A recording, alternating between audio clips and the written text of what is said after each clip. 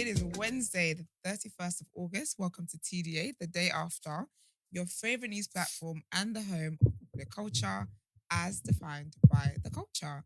And of course, you've got very lit people in here with great personalities. I am one of your hosts, the Shade Queen. Someone called me something in the group the other day. I forgot. Crap. Oh, yeah. Oh, I can't sorry. remember, you know. I'm sorry. This is going to be a long... Sorry, guys. I have to do this because I was meant to do it yesterday as well. It was a very good name he gave me. What was it? Crap. Sorry, guys. There we go. Iron Man. I'm going to call myself the Iron Lady. What? That's what you wanted. He said, yes. That's not a good name. No, he said, let me read you the whole company. He said, Esther really been an Iron Man. She hasn't missed an episode. In context, it makes sense. But I'm going to do Iron Lady. Okay? So I am one of your hosts, the Shade... Yeah, but what is... Margaret Thatcher. That's my girl. I but like her. where's the correlation between Iron Man and not missing an episode? Babes, don't read too much into it. Don't make a scene. I am one of your favourite hosts. In fact, I'm going to be adding Maggie to it now. Your favourite Shade Queen, the Iron Lady, not Thatcher, the black version, Mighty Royalty. How many episodes have you missed? I've only missed episode when I was on holiday. How many episodes was that? That was a rocky time. You said that was a rocky time. Why was that? I think Oh, that was because of the whole it situation. was a whole, yeah. I think I probably missed 3 episodes where you saw me when I was on holiday. Yeah, I think I only missed like 2 or 3. You've only missed 3. Like, Period. In the Okay, I had 1 food poisoning. I was literally, my life was yeah. hanging in the balance that day. And that's it. Brent, do you have like an attendance list? Yes. And Is who's it? the highest at the Yeah, moment? but y'all are finding out right now. Yeah, Stephen has it. I beg you, ask him. To do No. that. Stephen has it. Yeah. Damn. Obviously, he needs to have it because you guys been claiming all sorts of... Listen, the contract Please, negotiation and all next sorts of- year. No, hold on. The thing is, if you really... Okay, in the top of my head, I reckon it goes you Yeah. as the most attendant. You, then me, then probably Margs, Emman and Koi. Yeah, to be fair, I think Margs was doing the best. But then, yeah, Yeah. circumstances. Even though I started later than you guys, I've caught up. I'm not even I sure don't know about if that. it's you 100%. first. Actually, no, no, no. Yeah. Okay, cool. Impossible. Wait. How many episodes did you do before I joined? Not that many. Yeah, we got on one hand. That's true. Not that many. Yeah. Were we at least, we weren't even on 20, were we? No, No, I no, don't no think one near so. 20. No. It's Okay, quite, relax. it's We quite, might have been on 15. you wasn't. They were It's nowhere quite as kept. near. I'm actually. I We think weren't on less than I'm 10. second in attendance. We weren't on I've only ever missed when I was on holiday. That's it. That's the same with me. So, Yeah, but you've been on a lot of no, holidays. but you've been on holiday. You had COVID after your holiday. Yeah. You did a lot. Brent, That was an ask Stephen to assassination. give us this. Yeah. No, we need to know just for the if I'm not number 1, don't bring No, you're number 1 for sure. I better be. Yeah, you definitely. If you've Yeah. only missed 3 episodes, then of course Yeah, you're because number 1. because they weren't really recording. Because I thought I was gonna miss I've bare missed- episodes. I've missed what 5? you were basically on for a week. Yeah. Actually, yeah, Yusuf, we are leading Yeah, back you man's missed quite a lot. quite a few. Obviously, Koi's missed a whole bunch, and Mark's is catching up. Mark's missed a whole bunch as well. Yeah, Yeah, But it's not Mark's fault. Though. yeah, I'm not. Yeah, I'm yeah, not definitely not. placing fault. I'm just saying. yeah, but it's not his fault.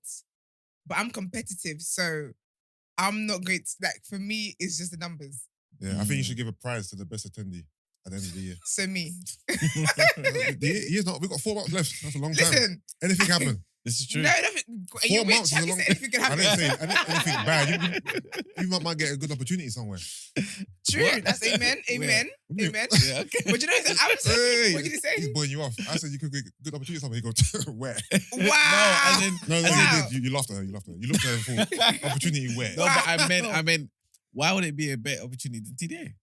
That's Okay. what I mean. Okay, fair. No, I didn't mean that where she's not going to be here at all. Like she can miss a few days. But like I could have Okay. something, you know. Yeah. Oh, okay. But I'm so Yeah. competitive. I come here for 30 minutes if I have to, just to make sure my name is on that signing sheet. Yeah. All right, let me do my intro. Second best in attendance. Big man use. That's it. If you're gonna do attendance, you need to do 4th best. I think I'm third though. You Nah, I still think Mark's No, I ahead. think Marks is ahead of you. Still, Mark's To be had fair, some, I think it's tight between him and Marks. not yet. I think maybe by next Let's- week. Have you asked Stephen?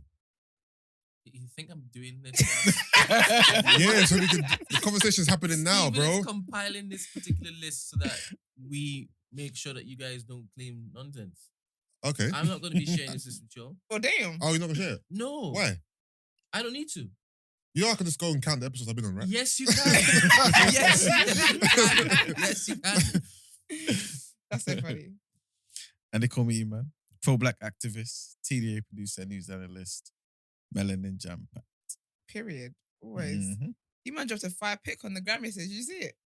Thank you. Thank you. No, I don't think I did. Oh no, it's a he. I told you he went to the wedding looking like the groom. It's out of order. Oh yeah, no, I've seen him in the wedding clothes. Yeah, but he actually put like his picture up on the gram. Oh, I'll check it out. I love it. I have to try and support TDA in every way. Of course. You know what I mean? Our correspondent. How was that supporting TDA? Listen, what people? E-man's gonna go to any event. He's actually Man said I went to a wedding. I'm here to support TDA. How? But it's funny though because he always meets people that watch the show. There you go. That's sick. That's dope. There you go. No matter where this man goes, he always will meet them, which is good. That's That's dope. it. Giving us good PR. We'd love to see it. How's everyone doing today? Yeah, I'm cool, man. Decent. Yeah? Yeah. I can't. Is it Thursday today or Wednesday? It's Wednesday. Wednesday. I really thought it was Thursday. Mm. Oh, that's very sad. Oh, that's a You shame. got an extra day. Yeah. Mm. I'm going to have a guest tomorrow. Who? Did we? Brent said remember. I thought it was Friday. Who's the guest? Oh, Wow. I know who the guest is. What do you Oh, mean? is it? I wasn't told. Yeah. In the ladies we talked about last week. Yeah. Yeah. Oh, I thought it was Friday though. Yeah. You Yeah, say isn't yeah. the lady we talked about last week? Ladies. Yeah, it's Friday, bro. Ladies. Friday? Who's the Yeah. guest? I'll tell you after. Oh. They're really, I'm really pretty sure. cool. Yeah, I think Cool it's ladies. Friday. It's Friday, yeah. Are they ladies that I know? No, you might not. No. But Then what again, they you do might. is sick. I bet you text me then. Oh. So I beg you text me then. I can't remember the name off the top of my head, so Yeah, same. this is all good. Oh, you lot are lying, man. No, we're not. Come on in the top of your head. I actually can't. They're not like celebrities or anything like that. Yes, they are. Are they? Just put the name in. Just send me the name. What's No, going but on? I don't mean like in terms of entertainment celebrities. They're not like. If you lot know don't what start texting them, I'm gonna start putting secrets out right now. What secrets do you have to put out? I'm gonna say the real reason why Koi's not here. I'm going crazy, bro. Send me the name now. What you not doing? This guy. Yusuf gets extra 20 minutes sleep. You know what I mean? And this is what we're dealing with. We're going back to 8 o'clock start time. Listen, you better hope I don't sleep. Appalling. You better hope I don't sleep. This is If I sleep, this is what you get. This is what I hide you for, nigga. Let it rip. Let what it rip. I had coffee. Send me the name now. Did you have coffee this morning? Yeah, Do you usually have coffee? Yeah. it depends. No, most days when I come in here, you know I'm mad tired Yes. Why are you awake today, because Yusuf? I slept decently. And then you had coffee as well? Yeah. Send me the name, man. You're on crack. I can't remember the name. No, I feel like you're not doing this. You're doing the whole mark thing again. You're doing the whole Do you know what's two-pay actually thing again. crazy? I'm actually telling the truth. You know what? Let me I find promise it. you. Let me try and find Brent, it. who's Let me the find it. person that's coming? Just tell me. Just send me a text. I will send you the text. Brent, where's Wait. the link in the Do you guys Man's want to know why Network? Koi's really not here? They've been lying for weeks. Talking about she's on a secret project. I'll expose the whole thing, bro. I think this is a joke. This guy's a Sorry, terrorist. Brent, yeah. Send me the name Where's now. the link for the YouTube today? I'm confused. There's so much going on in this room. I've DM'd it to the Oh, my internet. To the community. Oh, okay. Yeah, man. This is serious. Mhm. Damn, Yusuf, you need to why do my Go back to network? not Why, sleeping. why do my network screw? Why just put it on? I don't see it. You people are messy. They want to share the secrets. Yusuf has been rather disruptive for someone who was late this morning. You know who that is, Gin and Gist. Where's the message? I don't see it. Oh dear. It's in the network. I don't know how to get to this private chat. Oh, it's like the one that's got like a little dialogue kind of thing. It should have messages on the side. It's right next to the bobblehead. Bobbleheads. Yeah. That one. So you see here is the next one up. Oh, yeah. I don't see a message. Hmm. Do you see a message and stuff? Okay, Esther, just WhatsApp me. This is very simple. Listen. I do not remember these Alright, ladies' pass. names. Yeah, but you just saw it there. I'm talking about the link. This is a link to the YouTube. What are you looking for in there? You can allude to. I'm already on the YouTube from time. Yeah, what are you looking for in there? The name of the guest. He didn't put it in there. Why would he put it in the Mighty Networks? Isn't that what you just said? No, No. I was asking about the YouTube link. Oh. This is very chaotic this morning. This You is chaotic. you can't talk and listen at the same time. So no one's gonna send me the name of the guests that are coming. Listen, Yusuf, yeah. We can't say Man, it you because... just send it to him, I'm man. trying to find it. You know what's crazy, yeah? It feels like Yusuf is pushing on a timer. In it. And if we don't, this one, the bomb's gonna go off. No, but you are playing games with me. You got us like under pressure. You're not playing and I games. don't even know the people's names. You are playing. Of And course you none do. of us are playing games. Of course We're you not do. playing. So you don't know the guest that's coming on Thursday. I don't because No I one meant, in the room knows. So when they walk in, what are you gonna say to them? Hey, hey you. you. Just send me the name. Let me Iman is working on it. Or I'll tell them what Koi told emailed us. it to me. Guys, ask yourself why there hasn't been a proper statement about Koi. It's been bare. Oh It's been bare. Like, you know what I mean? It's bare timid. Bare like skirting around the issue. Oh man, Things have been getting down, man. No, Yusuf, sorry. actually, it might be. This is ridiculous. And why can't you find it? Brent knows. Brent just send me the I'm name. trying to- What's I'm trying to happening find- right like, now? Is The it thing is, we can't say it email? out loud just in case like it falls through or something. I know. Just send me the text. He's Alright, looking for it. I one sec, genuinely one do sec. not know. I don't know what's going on. Brent, did you email it to me? So On, annoying. or on was it like a purpose. WhatsApp? Huh? Brent, was it email or WhatsApp? This is what's it? The DMs. This might be my instant DMs. Dear me, this is So ridiculous. How is this so ridiculous? You know who the guest is. Let me take my phone out and find it. Because I'm switching the cameras right now. Do you understand? You know who the guest is, And this though. guy, If anyone literally knows- sitting here with his phone in his hand. If anyone who knows who the guest is Brent. Yes, I do. I So just this- don't- yeah, but he can't So does- say it out loud. Just WhatsApp me. He's trying to switch the cameras. Okay, because I le- see. I bet you right now, yeah, the camera's even on me All and I'm right. talking. Put the camera on me. I'll just keep talking. You just take it. I've got it. We don't want you to keep Hold on, talking. hold on, If that's the whole point. And you can send him the. Yeah, Yeah. Yeah, but I'm really looking forward to meeting them. They're very lovely. how do I? You can't forward Y'all are messages messy on, in the on Insta, group. innit? Somebody tell us. Sorry? You can't forward messages on Insta, innit? Definitely. That's so dangerous. That would be the most dangerous thing ever. Alright. Do you know what my fear on Instagram is? You're moving like uncles and aunties who don't know how to use phones and shit. Because you got under pressure. I feel under pressure and I don't even know the people. Like, I'm actually telling the truth today. Here we go. Yes, it's in the group. Sorry, guys. You guys will not get to know the secrets. They were ready. They had the pen and paper ready, ready to screen record. You got it? Have you sent it, man? Yeah. Okay, all right. Should we get on with the show? Yeah, can we carry on, please? Thank you. Yeah, let's carry Oh, yeah. You guys don't know who they are. carry on with the show. Actually, no. I haven't done my whole thing. 3 rules, guys. I'm done with this. 3 rules. Like this video, because I know you're going to love the episode. Subscribe to the channel. Like this video if you want Yusuf to reveal secrets. Yeah. Once the subscribers go up, about to hit 5K. Subscribe to the channel and also join our community. So community.thenewblack.com. So you guys know. So we have a the New Black community, the New Black network, sorry. So that is community.thenewblack.com. But within this network, we also have the TDA community. And this is where you would get to watch the show live every morning with us, because we've got some people who are here at the moment with us. Big up them, trying to get tea. But yeah, so you will be able to watch the show live and also get involved with the day after instant reaction, which will be topics and kind of just instant reaction after we drop the episode, basically. Also some really, really cool stuff on there. Brent is up in the production, and that was shown on tonight, right? When the video comes out. Yeah. Yeah, exactly. So you see all that great stuff. Yeah. So join the network. Community.thenewblack.com. Is that it? Yes. Iman, anything else to add to that? Yeah, just in terms, because like I mentioned yesterday, some people find it difficult to actually join the day after show. Yes. So remember, people, there's 2 different parts to it. So you've got the entire the New Black community that you join, but then if you go to the menu on the top left, there's like 3 horizontal lines. Hit that, go all the way down to shows. You see the day after. Basically, this is where every single different show, different offerings that's going to be coming out of the New Black are basically going to be on the app. So go to the day after, go there, then you should be able to see about where it says basically join. Yeah. You should see the rotations and the day after. Join the day after. Nice. Also, some people find it difficult, I think everyone to be fair, to actually join the actual group via the app. So you may need to do it on the website.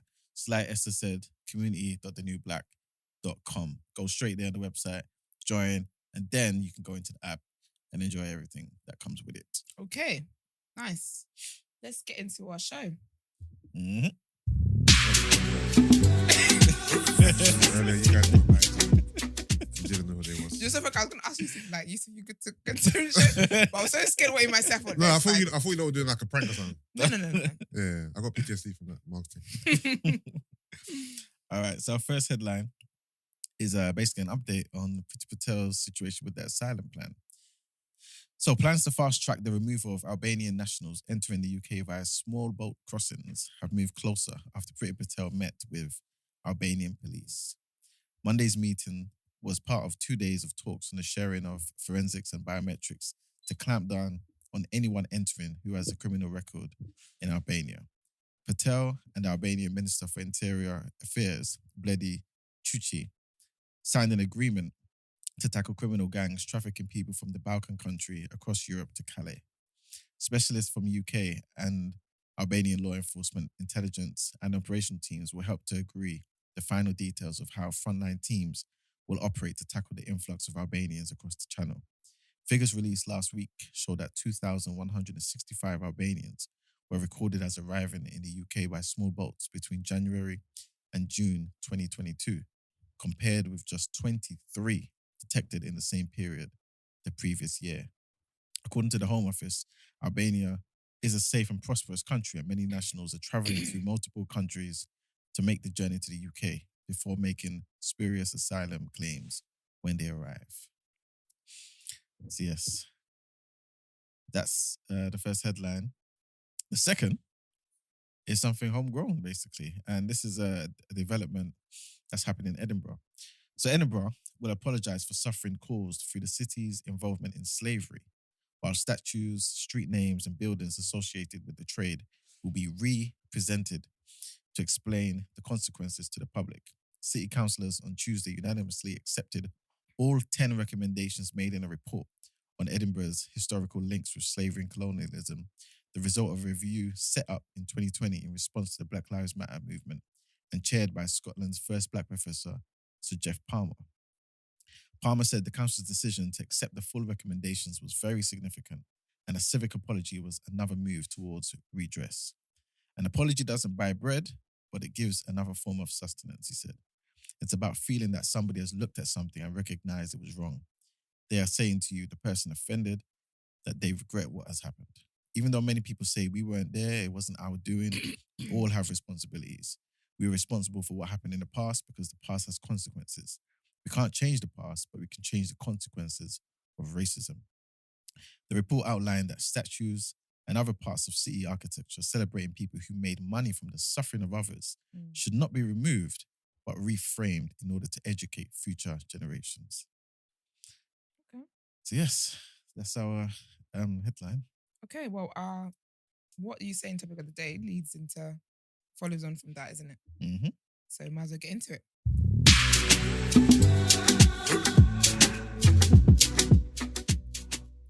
Okay, so today's topic of the day. Question is the tide turning? Has the UK turned a new leaf? Should we push for this being what I just spoke about in Edinburgh, in other cities in the UK? So just to kind of expand and give us something to discuss, do you feel like this is like another one of those empty gestures to satisfy black people in 2022? Do you feel like they've done much? Is this a happy compromise on their part? Do you feel like they haven't compromised that much? Because, like the headline says, it's not like they're removing statues. They're not, you know what I'm saying? They're not doing any of that stuff. Yeah. They're just kind of re-presenting, as they would say. Yeah. Or do you feel like black people should be happy with some type of progress made? I'm torn. Okay. On one hand, I think that what is the point of apologizing? Like, what's the apology gonna really do? Right? I feel like what's an apology gonna do? But on the other hand, I'm like, it's good to be able to acknowledge that this happened. So the idea of reframing, I like that idea. But at the same time, it's in line with the Caucasian brand, which is rewriting history to make themselves look good. Because if they reframe these things, are they really going to? Is it going to be a thing where when we talk about slavery and stuff back? Well, I don't talk about it anymore, because we've done this. This is the gesture we've done. So stop bringing it up. Because even now, even when people are still going through racism and stuff like that, Mm. and you bring up racism that's so apparent in a situation, they're like, no, everything is about race. So imagine when they then turn these statues into something quote unquote positive. I feel like they're going to be writing history, and really, will the future generations actually know the depths of the evil that was done? That's a very good point, you know. That's a very good point. Because one thing about the whites, they're gonna do good PR on their name. That's what they're gonna do. Yeah, that's true. I hear what you're saying, but I think slavery is too embedded in, society and culture for it to be forgotten about Yeah. because of these gestures. Think So, Because 100%. remember, they don't teach us slavery in school. Mm. So everything we know about slavery is just from, I guess, the average person Yeah, on TV. yeah, Someone just mentioned it somewhere. Yeah. You know what I'm saying? So it's Yeah. not like there's any attempts for us to actually have that in the forefront of our mind. So it Well- could be easily forgotten. right now, it hasn't been forgotten. Obviously, as generations go and go and go and pass and go, then sure. But would you rather the statue stay up? Would you rather the street names, remain, or would you rather them be gone? Honestly, me personally, Yeah. I'm indifferent. Yeah. You know what I mean? Like, I really feel as though white people should do what they want to do. Yeah, I don't think we should force them to do anything. Yeah. Personally. But that's just me. Yeah. I understand the sentiment. yeah. you know. I think it's a good gesture. Mhm. I like you. I'm indifferent. I don't really give two shits, to be fair. But Honestly. but I don't feel that doing this gesture is them trying to. Okay, I guess it's them trying to do positive PR, but I don't think it will now make generations in the future forget, because a lot of people don't even know what the statues are for anyway. Yeah, Mm. that's A true. lot of people don't know Yeah. that why the street names are called what they're called. Mhm. You'll pass a statue in the street and not know why it's there. Mhm. So I don't feel that knowledge is present right now. But do you feel it's almost like a museum then? Because a lot of people don't know what's in museums. Mm. But there's a place where I can go to and find out. Mm. So I could also go to, I don't know, this particular place and see Cecil Rhodes' statue. Yeah, I can go to this particular street and see this particular street yeah. and inquire about these people and know that they did so and so to my people. I hear you, but I don't feel like in this generation, I don't feel like we get our information from museums and statues. We Mm. get it from the internet. We get it from films. We get it from media. So as long as films exist about slavery, as long as programs and articles and things online exist, that's where we get our information. I think I don't feel like it'll be forgotten. I don't feel like street names and statues really have played a part in slavery remaining in the forefront of our minds. I don't think it has personally for me.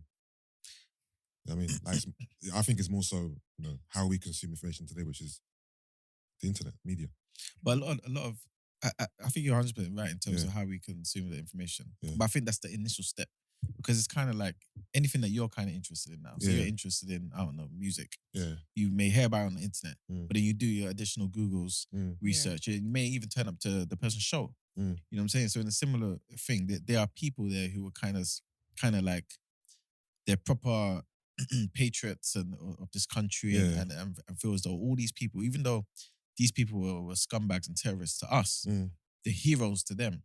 Mm. And so if they can find out about these particular people and then just take a bus ride up to a particular place yeah, and kind of just show honor to that particular person, Mm. it's still there. You know what I'm saying? So even though, yes, it's not in our face and we don't inquire about who Yeah. this person is, Yeah. it's still there and it's free. It's not like But going to a museum. Therefore, based on what you're saying, then you would want the statues to go then. Not necessarily, because I don't live my life thinking about those particular things, Yeah. right? And also because I don't necessarily feel as though white people should do something like we should force them to. Basically, my whole priority is doing for self. But do you think this has been forced upon them? Yeah, it's a response to BLM's recommendations. Okay. So if BLM didn't say anything, Yeah. it's probably still there. Well, Still there. Yeah. what's the lesser of two evils? Having it up there or taking it down? I- And we're taking it. Okay, cool. If BLM have requested this, Mhm. would say no look like? No, we're not taking the statue down. Wouldn't it be Yeah, that? that'd be worse. But I think that even them I think if they took it down, like Yeah. me talking about rewriting history, that's a perfect way, because there's no. Basically, slavery would just be in our minds, because again, they don't teach it at schools. Yeah. It's information that you get if you're black, from family, Yeah. whatever, from your history. But white people don't really know about it. Do Mhm. you get what I mean? So if they take it down, whereas some white people might be like, "Oh, what is this statue? Who's this guy?" and Google it, or whatever. Mm. Yeah. There'll be. I feel like that's a form of education to people. Do you get what I mean? if you take it down, you mean? Yeah, that is a loss of education, of people knowing of that knowledge. Also, And you think that's a good thing? I think that's a bad thing. Okay. Because I'm saying that I think that would even help them do better PR if it's taken down, because then there's no evidence really exactly. that this thing happened except the black people saying, and it's like, oh, they're going to play in the race card again. Yeah. I hear you, but I don't feel like taking these statues down is going to make people forget about slavery. I just can't. I don't think it will, but I think this, because I think people still are discriminated against. Like, there's still racism in society, right? Yeah. But I think having that statue there, for me, it speaks to what the country is. Do you get what I mean? So I think that if they took it down, because already, our racism is denied. Like, even when something is so clearly racist, people are like, if it's not black people, they're like, oh, you're playing the race card, blah, blah, blah.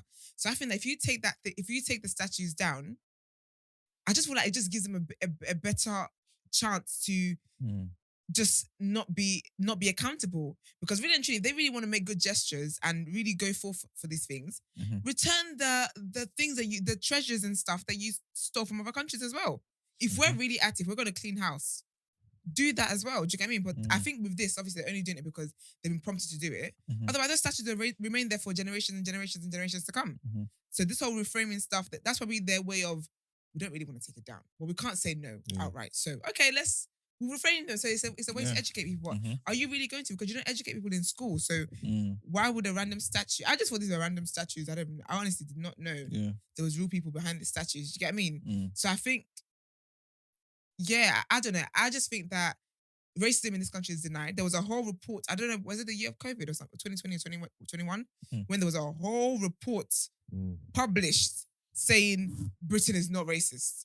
These times, Meghan Markle's singlet was being torn by the last thread possible. Do you get what I mean? Like, so this country already denies racism on a level that I think that even taking this down, for me, just thinking in the mind of a racist, it's just like, oh, like, what are you talking about? That was years ago. It didn't even affect you. Even when all the stuff happened with George Floyd and Breonna Taylor, all that stuff, and people were here marching, the news, like people on, like the news presenters were actually saying they don't understand people are out in the streets marching when it's America's problem. Like, there isn't racism here. Yeah. I think, are you crazy? So, yeah, man. I just think it gives them better PR if they take it down. I think they should reframe it, and they should have a proper, you know, when they sometimes on the sachets they've got like a little description. Slave owner. That's what you need to put on there. But the thing is, like, as black people, like, what do we want? Because I see people complaining about, slave movies. Whenever a new one comes out, another slave movie. Like, do we want to be reminded about slavery? Do we want it to be in our faces? Do you want it to be in our curriculum, or do we want it to be forgotten about and not mentioned? Because I see this argument a lot all the time. Oh, another slave movie. You know, you had Django, you had but it's, this and that. Like, black people don't actually want slave content. Like, they don't want it. Because you know what it is, with the slave movie one, I think it's a different argument, because it's like, it feels as if that's all we're good for. The actors, a lot of black actors that win Oscars and stuff, it tends to be for some kind of oppression and trauma. So it just feels, with the movie stuff, it's like, this is something that traumatic that black people have had to go through. And it's like, the only time we can get these recognized awards is if we're, again, like, just reminding that trauma. So I think it's just a reminder of the trauma. It's exhausting. Do you get what I mean? Like, I don't watch slave movies anymore. Django, it took me a while to watch it, because it's just a consistent reminder. And I think... But isn't the statue a consistent reminder? It is, but I think that that can serve a different purpose. Do you get what I mean? Like, the statues have been there for as long as they've been there for.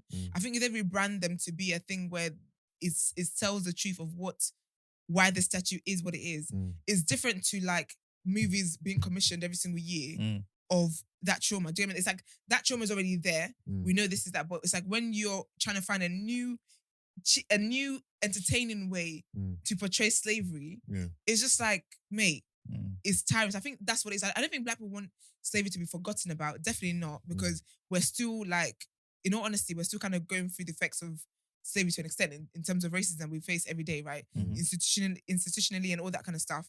But I think we just don't want to be reminded of that trauma, especially because it seems as if, like, that is when millions is sold in blockbusters, and that's when they hit targets that white romantic films were hit, but it's like we have to do slavery films to achieve those things and to get those awards. Yeah. I think that's what people are it's just very draining to continue seeing, basically. I get that point as well. Me personally, I'm like I'm not fed up with slavery movies. You're not? No, not really. Huh? You're problematic. You ain't fed up. Nah, not really. Because I feel like black people haven't seen it enough. Because when I look at the average black person's behavior, Yeah, but you why? act, you why act do I- like you've been why- friends with these people for But why do we millions of need to years. see more? Because people are not angry enough. People ain't doing What it. do you want us to do with anger? I was gonna ask the same question. To motivate you to want to do for self and not to rely or look to people who have treated you in a particular way for 400, 500 years. We act as though every single day something's going to change. But these movies are being made by white people. Yeah, then let's do it ourselves. Let's do the research. We've You don't got see great Jordan Peele historians. doing the same remix of Get Out. We Black, can't. and no, black, but- black people ain't finna make no slave movie, boy. Yeah, What like are you talking about? but maybe that's the problem then. Maybe we should do it from our perspective. why though? Because there's so many. Remember, slavery wasn't just I don't know, just a period of time where people, it was just one particular thing. Yeah. People had families during slavery. People had different struggles during slavery. Yeah. There's so many different ways you can tackle and show black people during that time period, so people can actually understand. Because I feel as though the average person just thinks we were slaves from this year to this year, and that's it. They don't understand. Like the average person hasn't read books on slavery. Average person doesn't understand the effects of it. You know what I'm saying? Like I feel as though if people did know, you would see the world differently. But I feel like, That's but what I I feel think. like the type of movies you want Mm-hmm. are not being created and won't be created. But why can't we create them? But what kind of movies do you want then? Who's we? Like, Black people. there's okay. Because you're saying that white people are making them, right? No, what I'm saying is, yeah, white people are making them. The type of Mhm. movies that you want, I don't believe that black people want to make slave movies. And correct me if I'm wrong, has there been Mhm. any slave movie that's come out that's been directed or produced by a black person? Nat Turner, the one on Nat Turner. Okay. And, It was- and that was more towards what you're saying, right? Yeah, because Nat Turner was a hero. Yeah, exactly. Yeah. So if we did more of those type of, funny enough, even today's Wellness Wednesdays is kind of linked to this. But What, if we slavery? did, it will make No, sense. you remind us about slavery on Wellness Wednesday. it will make sense. It will make sense. Yeah. So But yeah, basi- what I mean, yeah. sorry. How many slave movies has there been? Loads. And we've only got what? The Nat Turner one is the only one that you reckon That's is the black, first thing that comes to mind. which has been, obviously Nat Turner he's the guy he killed slave owners, right? Yeah. Yeah. He tries to spark a rebellion. Yeah. So that's the only movie I can think of that is, I guess, in our favor or Mhm. painting us in a triumphant type of light. Yeah. That's and, one. and that's all the, one. That's one movie, and It's what no, thousands. but remember, like you're saying that most of them, if not all, are done by white people. Yeah. But if black people have an opportunity to tell our own story, But what is our story? no. But what I'm trying to say is, I don't think that that's what we want to do. but that's what I'm saying. Yeah. But my thing is, why is that? Why is it that people don't care enough, I or don't think it's about not caring. I feel or are like not interested enough then? I just think they don't. I think it's. Yeah, I don't think it's about. It's just about not caring. I think it's about Because caring. you remember, I'm not suggesting that we just make slave movies for the entire 4 years or something. Remember, we make films about different things all the I know, time. but Why does one have to just stop? Yeah, because you know what it is? Because basically, yeah, Mhm. with other markets, they get to make films about like love and Mhm. and nice things and holidays, even flipping Yeah, pets. we got to make like, movies about trauma and like we it's just slavery. consistently trauma. Consistently, it's tiring. Like we get. That's why sometimes people have an issue with Tyler Perry because it's like show black families in love. It's not every day the man is cheating, then she finds out, then she bleaches his clothes, or then she's got HIV. Like, just do nice things for black people because black people do live nice lives. But he's one person, right, who makes the same film. I'm Yeah. not suggesting we get a black director and ask him to make the same film. Yeah, but how many? That opportunity is not available to everybody though. But that's what I'm saying. But yet we're still saying we don't want to hear a particular thing, and that particular thing is being told by white people about us. Yeah, It's kind of like us being sending your children to school, and the only information they hear about slavery, colonialism, and all the black heroes that Yeah. helped triumph, right? It's from white people.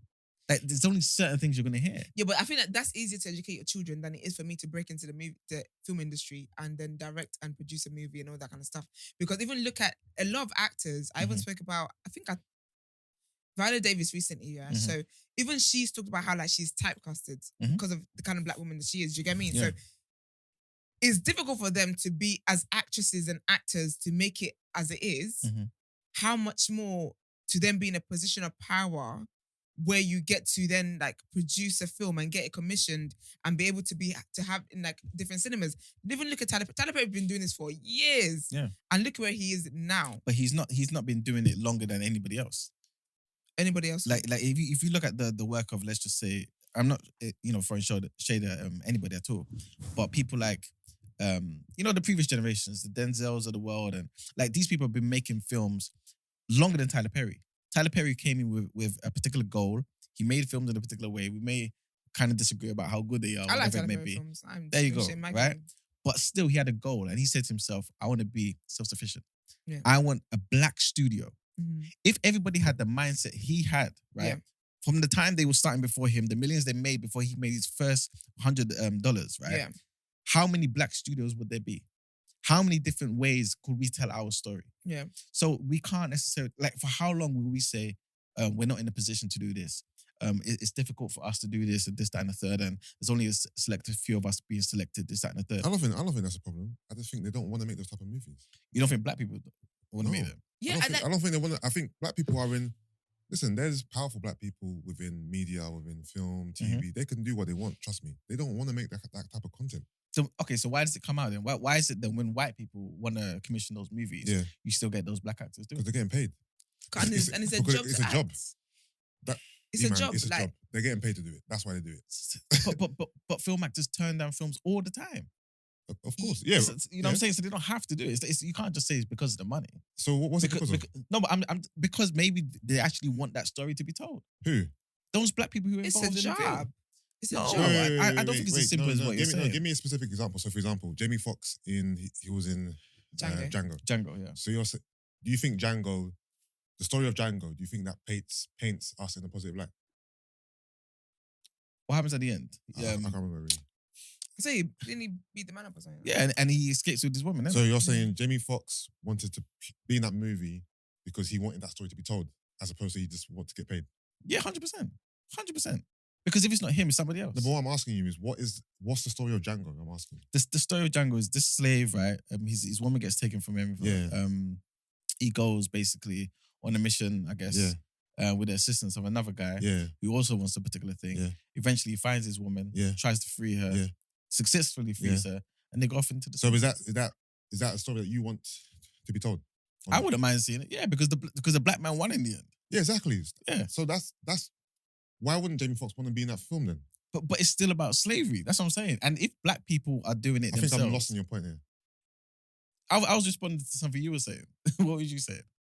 My only point was I don't think black people want to make these type of movies. And then you said, but why are there black actors in the film? And I said, because they're being paid to do it. Then you said, they want their stories to be told. So I was trying to ascertain what stories you're referring to. And you mentioned Django. Yeah. And you're saying that. Django was a positive one. Yeah, exactly. So that's what I'm saying. Yeah, that's why they want to be in it. If there's a black person in a negative movie, they don't want that story to be told necessarily, but they're getting paid. That's why they're That's their job, yeah. What's the black woman with the short hair? Viola Davis. No. She's dark skinned. She's African. Oh, Lupita. Yes, Lupita. That film that she was in, the one that got her the acclaim. Yeah. Right. That's not just because of money. Like those films. You're talking about positive. You're talking about the movie that you see as positive. No, but I'm talking about the negative ones as well. Break. I didn't think she was thinking this is artistic. I'm gonna go for it. That was her big break. So you think if a film like that came up today, you think if a film like that came out today, she wouldn't be interested in it? Yeah, but her wanting to be in the film because it's art, that's not contributing to your point, though. No, it is. But I'm basically saying, because you're saying that people are doing it because of money. That's the reason why they're doing it. That's one of the reasons, yeah. Yeah, but money, like, is going to be some factor in everything. Yeah. But what I'm basically trying to say is, it's not just money. It's because people actually want to be in those roles. Because they can easily turn it down.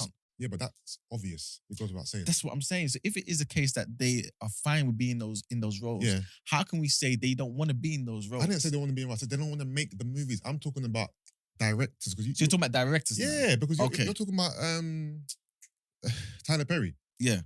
Your whole spiel about Tyler Perry, to me, was saying how he is an executive who has his Yeah. own studio. He makes his own films. I'm Yeah. not talking about actors. Okay, I'm talking you're about directors, directors, now. producers, Okay, cool. writers. Mhm. That's what I'm talking about. I don't Okay. believe that black directors sitting at home thinking, Mhm. okay, what's my next move? Let me do a slave movie. But if a studio, a Paramount, a Fox, Mhm. have a slave movie and they want to cast actors in it, Yeah. the actors are going to be more inclined to do it Okay, because okay, cool. it's a job they've been offered. Yeah. Okay. Personally, again, this is the beauty of having your own studio. This is the beauty of wanting to do something for self. Mm. You have the choice. You know what I'm saying? Look at Steve McQueen when he had that series on BBC. Like, he was telling stories that many people didn't know. The whole Notting Hill thing, the whole Mangrove, you know what I'm saying? Situation. The whole situation with the police officer. Yeah. All the names of the films are Yeah. just escaping my mind for Yeah. some reason. But basically, the point is, we were able to tell our story from our perspective. Yeah. It wasn't somebody else writing the script and white people Yeah. doing this, that, and the third. Yeah. It was black people doing it. Yeah. And me personally, like a lot of us, especially today, we're lazy. We don't get our education from real sources. None of us are reading books, and not none of us, but you know what I'm trying to say. Because Not you a know lot it of is, us. you know it is, Emman, you're talking from a perspective of someone who's very, very, very, very pro-black. Mm. Most people aren't like you. Most people don't wake up every day and want to read about slavery. I Mhm. want to read about the plight of black people. I want to read about the struggle. They Yeah. don't, bro. That's the honest truth. But you're talking yeah. from a specific mindset, And right? and this is why that's not of the majority. That's of the minority. exactly, exactly, and this is what I'm saying. I think that really is somewhat of a problem because what we are then are just reactionary. But you know what it is? I don't like fighting things I know are not going to change. And I understand what you're saying, and it's noble and it's ideal and it's grandiose, but it's not going to happen. Most people are too busy dealing with their day-to-day struggles in their life to be now finding books about slavery, bro. It's the honest truth. It's not necessarily about finding books about slavery. It's Okay, just about books, anything that's books, relevant to yeah, us books, going content, forward. literature, whatever it is, content, Yeah. right? Most Mhm. people aren't waking up and seeking out this. They're not seeking out the information. If it comes to them Mhm. in the form of a movie, fair enough. But most people, Mhm. I believe, aren't trying to seek out this information to be educated or otherwise because Mhm. they don't want to. They don't want to live in that headspace. Yeah. But you being pro-black, I get it. You're more of let's strive, Mhm. which is noble and it's. I'm not saying it's wrong. Yeah. But I just don't. For example, how many movies has there been about gang life, drugs, the hoods? Yeah. Tons, right? Mhm. Tons. Yeah. Because that's for some reason that's the story and most of those stories are coming from black directors. Mhm. Yeah. That's the story that we want to tell for whatever reason because it sells, it's popular, wanna. I think if black people wanted to make slave movies, they would have been doing it from time because we've had up to time to do it. I don't think it's gonna start happening from now. I just don't see it. I just don't think people want to resist that Yeah. trauma. Because if you think about how essentially slave movies are successful, it's what guarantees you some kind of Oscar, whatever else, whatever awards are going. Mhm. If I feel like they would have tapped into that if that was like, do you know what I mean? I feel like they would. It's an easier thing to do, I reckon. But I just don't think we want to revisit that trauma. And I think as much as obviously we're talking, I think for Americans it's actually different Mm. because over there that people are still trigger warning, but people are still being lynched, like Mhm. being killed in the most gruesome way. So I can see why they don't want to. When I'm starting about my career as an actor and an actress, Mhm. my goal is not to produce a slavery film. Do you get what I mean? And even like the people who act in the slave films, I'm sure if I don't think they ever asked that in interviews, but I'm sure if they're asked about what that does to them, Mhm. they will tell you mentally it's a lot. Because if me as a viewer, it's mentally a lot for me where I don't watch them anymore. Mhm. I can only imagine someone who has to read that script over and over again. Actually, because when you act it, you have to put yourself in that position. You do you get what I mean? So I can only imagine how taxing that is on them mentally. So I get why black people don't want to do the films. And honestly, if I don't watch another slavery film in my life again, I'll be fine with it because it's very draining. I know in the comments, Jin and Jis said, do we get what's it called? Sorry, do we get tired of watching war movies or serial killer movies? Are these traumatic? Mm. I think if you're someone who fought in the war, it will be traumatic. If you're someone who's been in the army and stuff like that, it will be traumatic. But I think for me, that is a different kind of argument because I'm not being chased up and down the road by a serial killer every other day. Mm. However, I see some form of racism Yeah. at least. But you're not seeing For something- slavery. No, but we're seeing- slavery. I'm not saying, yeah, but Yeah, it's but racism. though. racism. Slavery was No, but you remember No, but- the comparison is war, right? Yeah, but we don't live our day to day, see- feeling the consequences of war per se. Mhm. But we do with slavery because racism is still very much it's still, alive. yeah. Okay. So do you get me? So that's why for me it's a different kind of point. And even with serial killers and it's different. It's a very different argument for me. Me, like, all right. But the other day I spoke about the Willie Lynch letter, right? Basically, just for those who didn't know, there's a book it's a book now, but it's a letter that allegedly was sent around to different slave owners, right? Basically saying to people, this form of slavery that we have now, where we have physical chains on these people and we can control their ins and outs, everything about their lives for our betterment, it's going to end one day. We need to find a way where we can affect their brain so that after the chains are gone, they still behave in a manner that is for our improvement. Yeah. Slavery may have gone, right? But today, in my opinion, the new slavery is the subjugation of black people, the racism, the people getting shot in the street. All these new things, right? Yeah. That's been happening since civil rights times, right? Yeah. Or the beginning of the 20th century. We're not tired of those films. One of my favorite films in recent years was Queen and Slim, Daniel Kaluuya. Oh yeah. Yeah. Love that film. That's a reality for black people today. Yeah. To me, that's just a morphed version of slavery today. The fact that you just know that you have to live your life in a particular way because in front of the judge, to these people, you're already guilty, Yeah. right? It's the same thing to me. Yeah. The reason why these things, or one of the reasons why these things are still so prevalent in society and things that we face today is because many of us, I think personally, don't know enough about slavery. There's no way, like, again, right?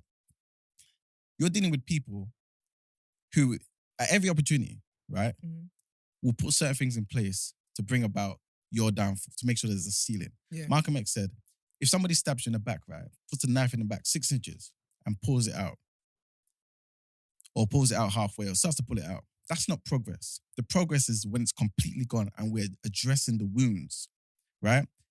How can you know about the particular wound if you don't know anything about the knife? If you don't know anything about the person who put the knife in your back? We think we know about slavery. We think we know about these effects on us today. We say it all the time. But I don't think people fully know. And yes, you're getting certain films about slavery, colonialism, this, that, and the third, not taught in schools, but it's given to you in a package that's entertainment, right? From white people, you're only going to get certain things. Yeah. You're only going to get certain things. So I get why people are tired of it because it just makes us look in a particular way. But if people knew about it and saw the direct links to how it affects us today, I think people's attitudes would be different. I don't think so. I think you're giving human beings too much credit, bro. No, I'm giving black people credit. I feel as though if we knew more, we would do more. That's what I think. I don't think so. I hear what you're saying, but Because then we're doomed. It's just a cycle forever. What you're saying is a great concept, but I don't think, because I think there's people who do know, but you can know and not act on it, because there's so much other nuances to life, bro, than just what you're saying. It's hard to just live in that mindset every single day. No, but I personally, I don't think I live in that mindset every day. Yeah. You know what I'm saying? But certain things are second nature to But me. what are you asking? You're asking for every single black person to, leave their house every day with this attitude of what? Fuck the white man. No, not at all. what I That's mean? hatred. So That's what- a waste of energy. What are you asking? I'm saying, leave your house every day. How can I improve myself and my community? Again, that's a great statement to make, but it's so unrealistic. Why? White people do it every day. No, they don't. No, they don't. White people No, they don't think about themselves. So every single white person every day leaves the house with what on their minds. Remember, right? White people, firstly, are not in the same position as us, right? So it's going to be different. But they think about how they can better themselves every day, right? They think about how can I maintain a certain lifestyle, a certain thing. There's reasons why we had to vote for but Brexit. the thing There's is- reasons why certain things are put in law because they think about how their life is going to be affected every day. They think about certain things. Bro, some people don't. Some people are leaving their house not knowing how they're going to pay their rent. Some people are leaving the house. Literally. No, but of course, you're right. I'm trying to be real here. You're being like You're right. I'm more agreeing like with you. more like a fairy tale, right? People are leaving the house thinking I got a holiday next week. Everybody is consumed by whatever they're consumed by, innit? Yeah. For everyone to leave their house on the same mission, the same goal to uplift black people, it's just not gonna happen. It's not gonna happen. So I hear you, and maybe it doesn't need to be everyone. Maybe it needs to be a certain percentage of people who will be the leaders in this fight. Because let's be realistic. Yeah. That's how the world works. You have Yeah. leaders, you have followers. Yeah. Not everyone can be a leader, bro. So not everyone's gonna leave their house thinking, how can I uplift the black community? What can I do for the black community? It's not gonna happen. Do you know what it is? It's not my whole thing is not about. What you need is leaders.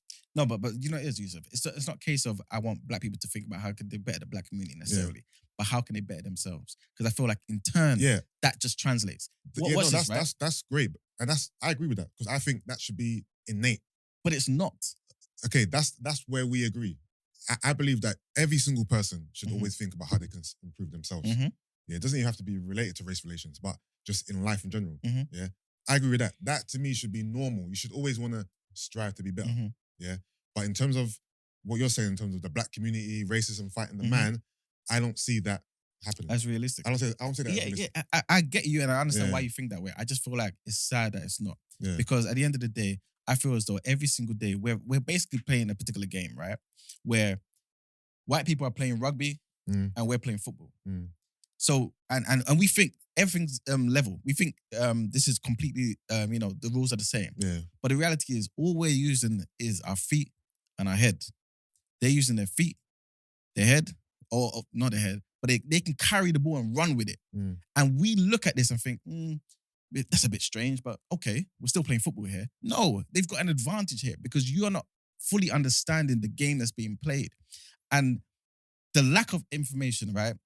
The lack of these reminders Yeah. of things that's happened in the past, that's things that's happening now, yeah, is what causes it to continue and will cause us to be in a situation where we're fighting a new form of oppression. That's all it is. And me basically saying that if we take away, I'm not thinking films Mm. are the answer to this. Mm. I'm basically just saying information is the answer to this. Mm. We're not getting it in schools. We're not getting it from our parents. And and all of us consume most of our information, our entertainment, this, that, and the third, Yeah. from the internet, from movies, from Yeah. this, that, and the third, Yeah. right?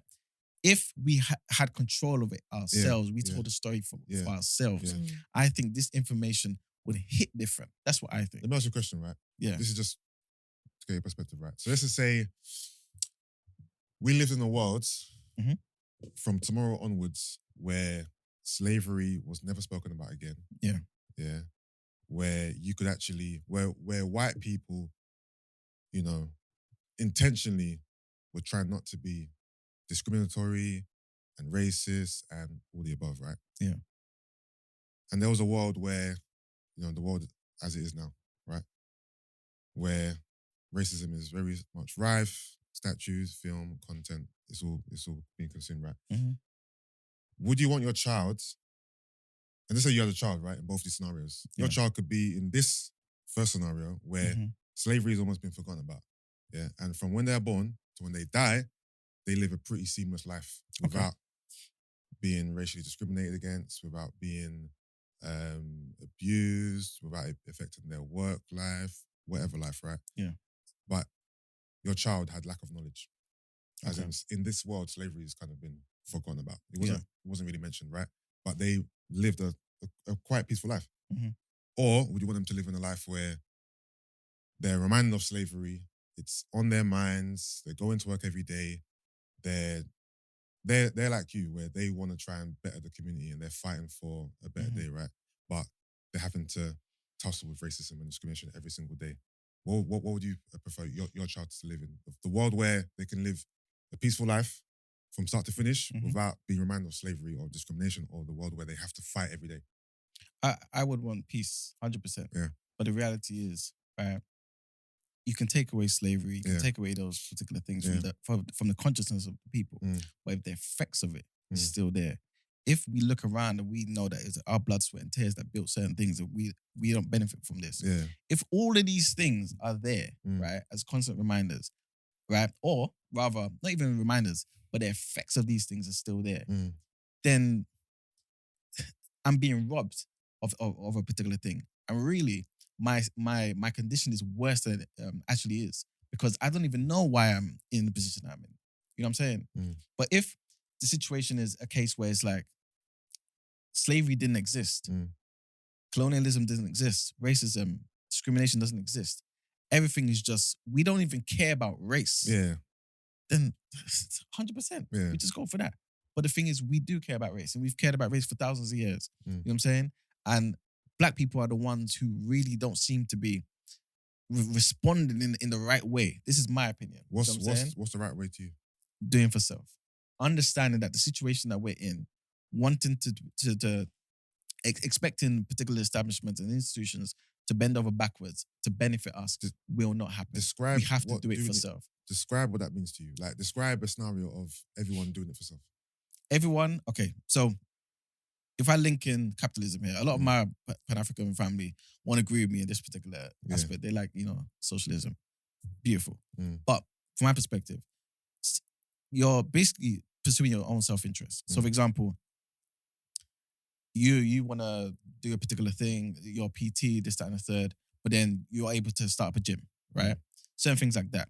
That is for your benefit. You're not necessarily looking at color, who's going to be your employees, but you are looking at something that's going to benefit you and your family. Because you're a black man, your woman's going to be black, your children's going to be black. It in turn benefits you. How your family's perceived by other black people has a rippling effect. That's not you trying to go out there and hating white people. That's just you bettering yourself and your What are family. you talking about? You're talking about self-employment? Yeah, different things like businesses. Because to me, economics is everything. Yeah, but I'm trying to get to the absolute core of what you're saying here. Okay. Do for self. It's very broad, isn't it? Okay, so do for self is basically economic self-reliance. Yeah. So you're saying that everyone should be self-employed? Not necessarily. I could work for you. You know what I'm saying? I don't need to be self-employed. Okay, cool. Everyone should be self-employed or work for a black firm or black company or black person. I think basically the things that we need for ourselves to sustain ourselves, to thrive in life, we should look to ourselves to do it, to provide it, and basically. So for example, if you're looking at industries and you're saying, for example, there's not enough of us here, we don't get representation. Okay, let's do our own. Yeah. Okay, footballers, we get called monkey every single day. Yeah. We touch the ball. Okay, fine. You know what? Yeah, even though there's Arsenal, how many black players were on that team? All of us say, you know what? Let's create our own league. You know what I'm saying? There's millionaires, there's billionaires out there. We can do certain things. You know what I'm saying? Self-reliance. I hear you, but this on a mass scale, you know that's not going to happen, bro. Because what you're describing happens now, but it's the minority. It's sprinkled everywhere. Everybody can't work for someone who's black. Everyone can't be self-employed. No, of course. Remember, these things don't happen overnight. These things happen. Okay, cool. Yeah, with time. I know. And in your scenario, this black utopia. Yeah. Listen, bro. I'll pray that exists. But I'm just trying to be real. I don't think that's ever gonna happen. Okay, me personally, right? I believe it. But it's a great idea. Yeah, no, can and will. Can and will. The only reason why I didn't say will is because I also believe it's down to black people to decide what they want for themselves. Yeah. Right. I don't believe in forcing things on people. So for example, that's the only reason why I'm saying can instead of will, because we may decide we don't want it anymore. Yeah. Right? Yeah. But 10 years ago, nobody would have thought, you know what, let's create the new black and do something. Everything that we want to do with the new black is because black people here decided, let's do this. You know what I'm saying? Also, sorry to interject. What you're saying, this black utopia, it can happen, but I don't think it can happen in the UK. Why? Because this is a white country. Yeah, it can also happen in Africa. That's a black continent, right? So, question for you then: this black utopia you're envisioning, right? That's more realistically going to happen outside of the UK. Let's be honest. It's going to happen more so. It can happen more so in Africa. It's not going to happen here. But what in the UK. UK. What do you mean by black utopia? Are you seeing it almost like a world where we all do for self, as in we work for ourselves. If we don't work for ourselves, we work for black people. Everything is black. The money is being exchanged in the black community. When we buy our products, we're buying from a black-owned business. When we're giving money, it's to black. We work. Everything is just within us. That's what I'm getting from your description. All right, let me just say this to you quickly. Yeah, your clothes right now. Is there a black business out there that sells clothing? Yeah. And they make the clothing themselves? As in they They No. manufacture this. They're designers and They're things of desi- that natures. They're designers, but they don't sew the clothes. No, Yeah, they they're not- get the material or they get the garment Yeah. from somewhere else, but they put the design on it. Okay. So you could basically get your clothes from a black-owned business. Yeah, Cool. Your haircut, your grooming. Yeah. Can that be black-owned? Yeah. Food markets and stuff like this. Could you get all your food from Dalston Market or from Brixton or whatever from black butchers and black this, that, and the third? yeah. Cool. What else is there? Basically, the point I'm trying to make is the thing that we think is so far off, a lofty idea we never can attain. No, but now you're talking about something different. You're talking about purchasing. But you're purchasing from black people. I know, They're providing the I know, the but thing. I didn't dispute that. We were talking about working for self, not buying from.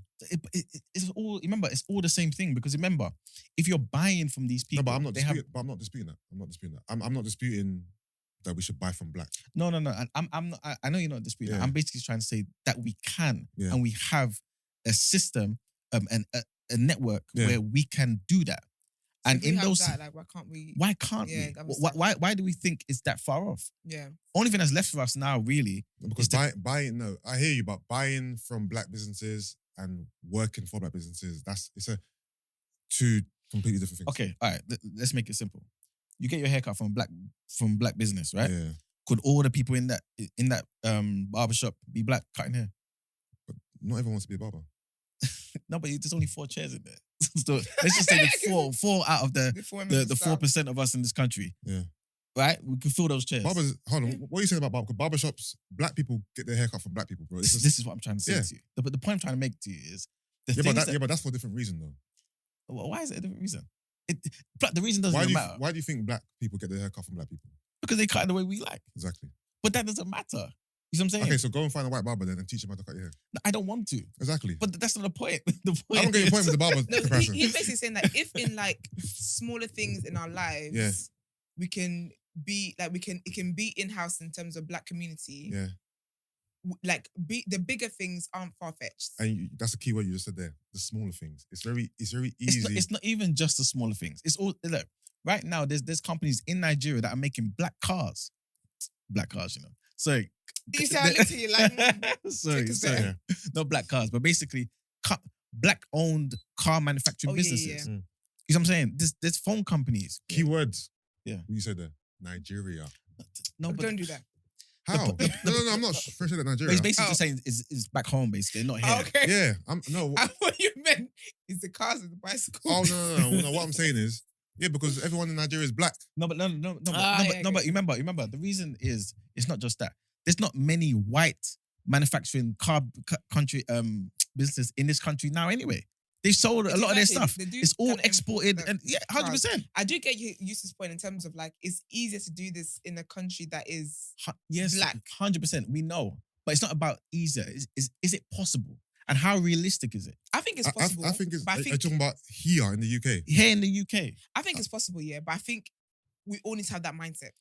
there's And a I guy. think that's where like Mhm. it tends to like. Do you get what I mean? But Like the Esther, reason, sorry to cut you. Go, yeah, go. the reason why like I, for example, wanted to work with a new black, wanted to do day after, all that kind of Mhm. stuff was because I was okay. This is black Mhm. for us, by us, Yeah. sold. Do you get what I mean? But I think that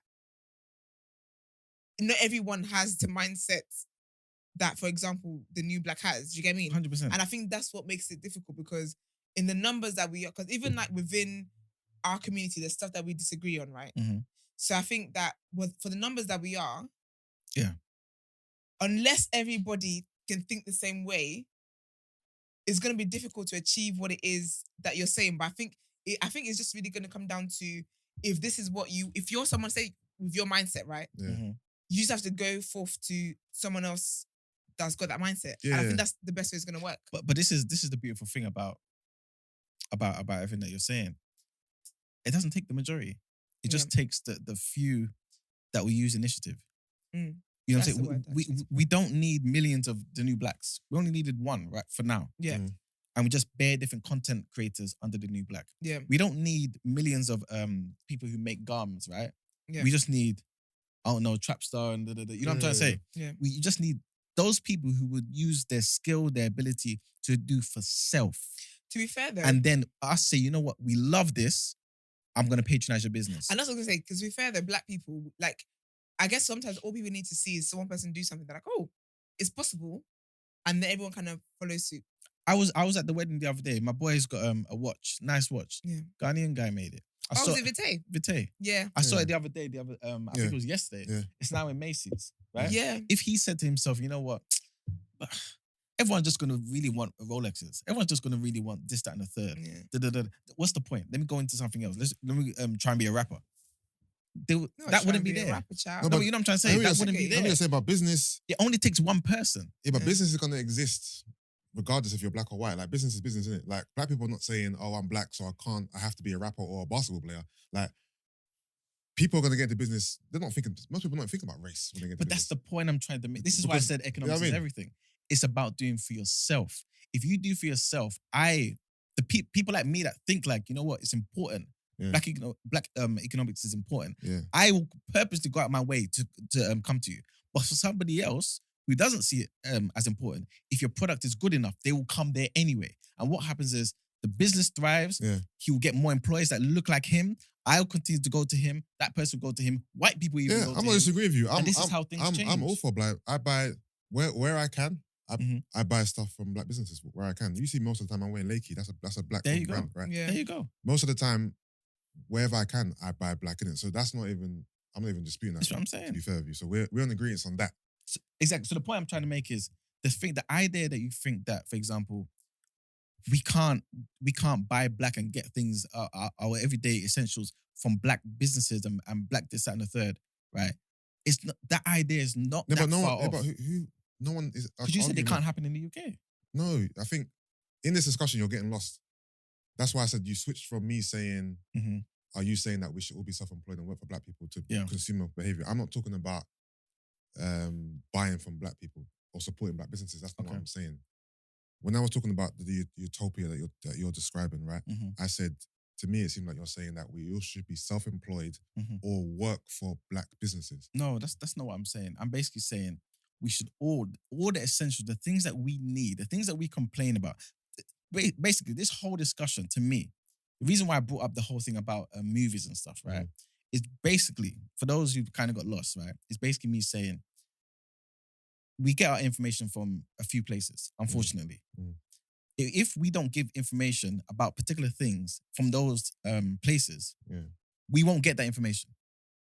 Also, on top of that, right, because we don't have this information and we don't have this in our minds, Yeah. and we don't understand the effects of this particular thing, Yeah. for example, slavery, colonialism, and things of that nature, right? Black people are very reactionary.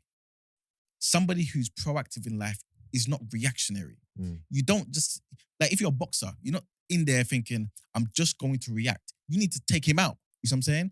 Black people, when something happens to a black person, we then come together and talk about black economics. Yeah. Don't make no sense. Everything is reactionary. If these things, right, if we were educated about these particular things more in the movies, Yeah. in this, that, and the third, right, Yeah. things that we can control, Yeah. we wouldn't be reactionary. We'll be proactive. And that's the point I'm trying to make in all of this. No, I hear what That's you're saying. the only point I'm trying I to think make. you're talking from a place of like hope in humanity, right? You Where- have to hope. No, I hear you, but Yeah. no, it's about me, bro. I'm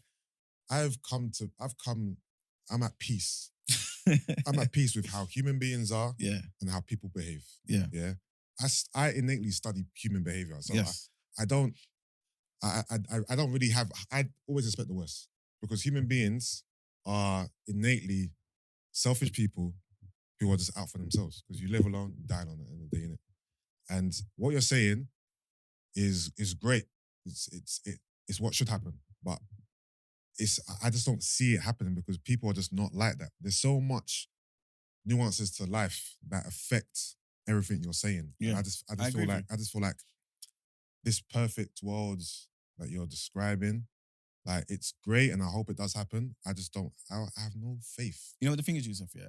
I don't need to get what I'm saying misconstrued, right? Yeah. I'm not trying to push for a perfect black world Yeah. at all. I'm basically saying what you would say to 10 different people who want to go gym. Mm. Just start. Mm. Somebody, half of them are going to take it serious. One's gonna go once every 2 But weeks. you know, and that once every 2 weeks is better than I nothing. hear your comparison, but no, it is, bro. People are coming to me about the gym Mhm. because they care Yeah. about that. How many people come to you, or come? How many people go to someone to Yeah. seek out information, or how can I better my community? Exactly. How can I do better for self? Yeah. What I'm trying to say is most people are not even thinking about that. It's That's not what I'm saying. know And what I'm how trying do to you say? get them to think about it? By someone like you, like I said earlier. Mhm. It takes what did I say? I said it's leaders. We need leaders, right? Yeah. So you're someone who's extremely pro black. Yeah. Mhm. You might. What's that Tupac lyric about? I might not be the one to change the world, but I might spark the that brain idea, of someone that will, right? Mhm. So conversations like this are good, Mhm. right? You're doing what you want to do Yeah. to fight for what you believe within the black community, right? Mhm. And conversations like this might spark Yeah. the mind of people Yeah, to more seek out knowledge, intentional. right? Mhm. And I think that's why these conversations are important. But I just don't. I feel like most people, maybe it's an age thing. Yeah. Maybe once you're hitting a certain age and you're just in the groove of your life, like Mhm. maybe these messages need to be Yeah. taught to the youth, Mhm. the ones who, because okay, do you believe that in our generation that what you're saying is going to happen, or is this how many years in the future do you see the progression that you want to happen? Because I don't think it's going to be us.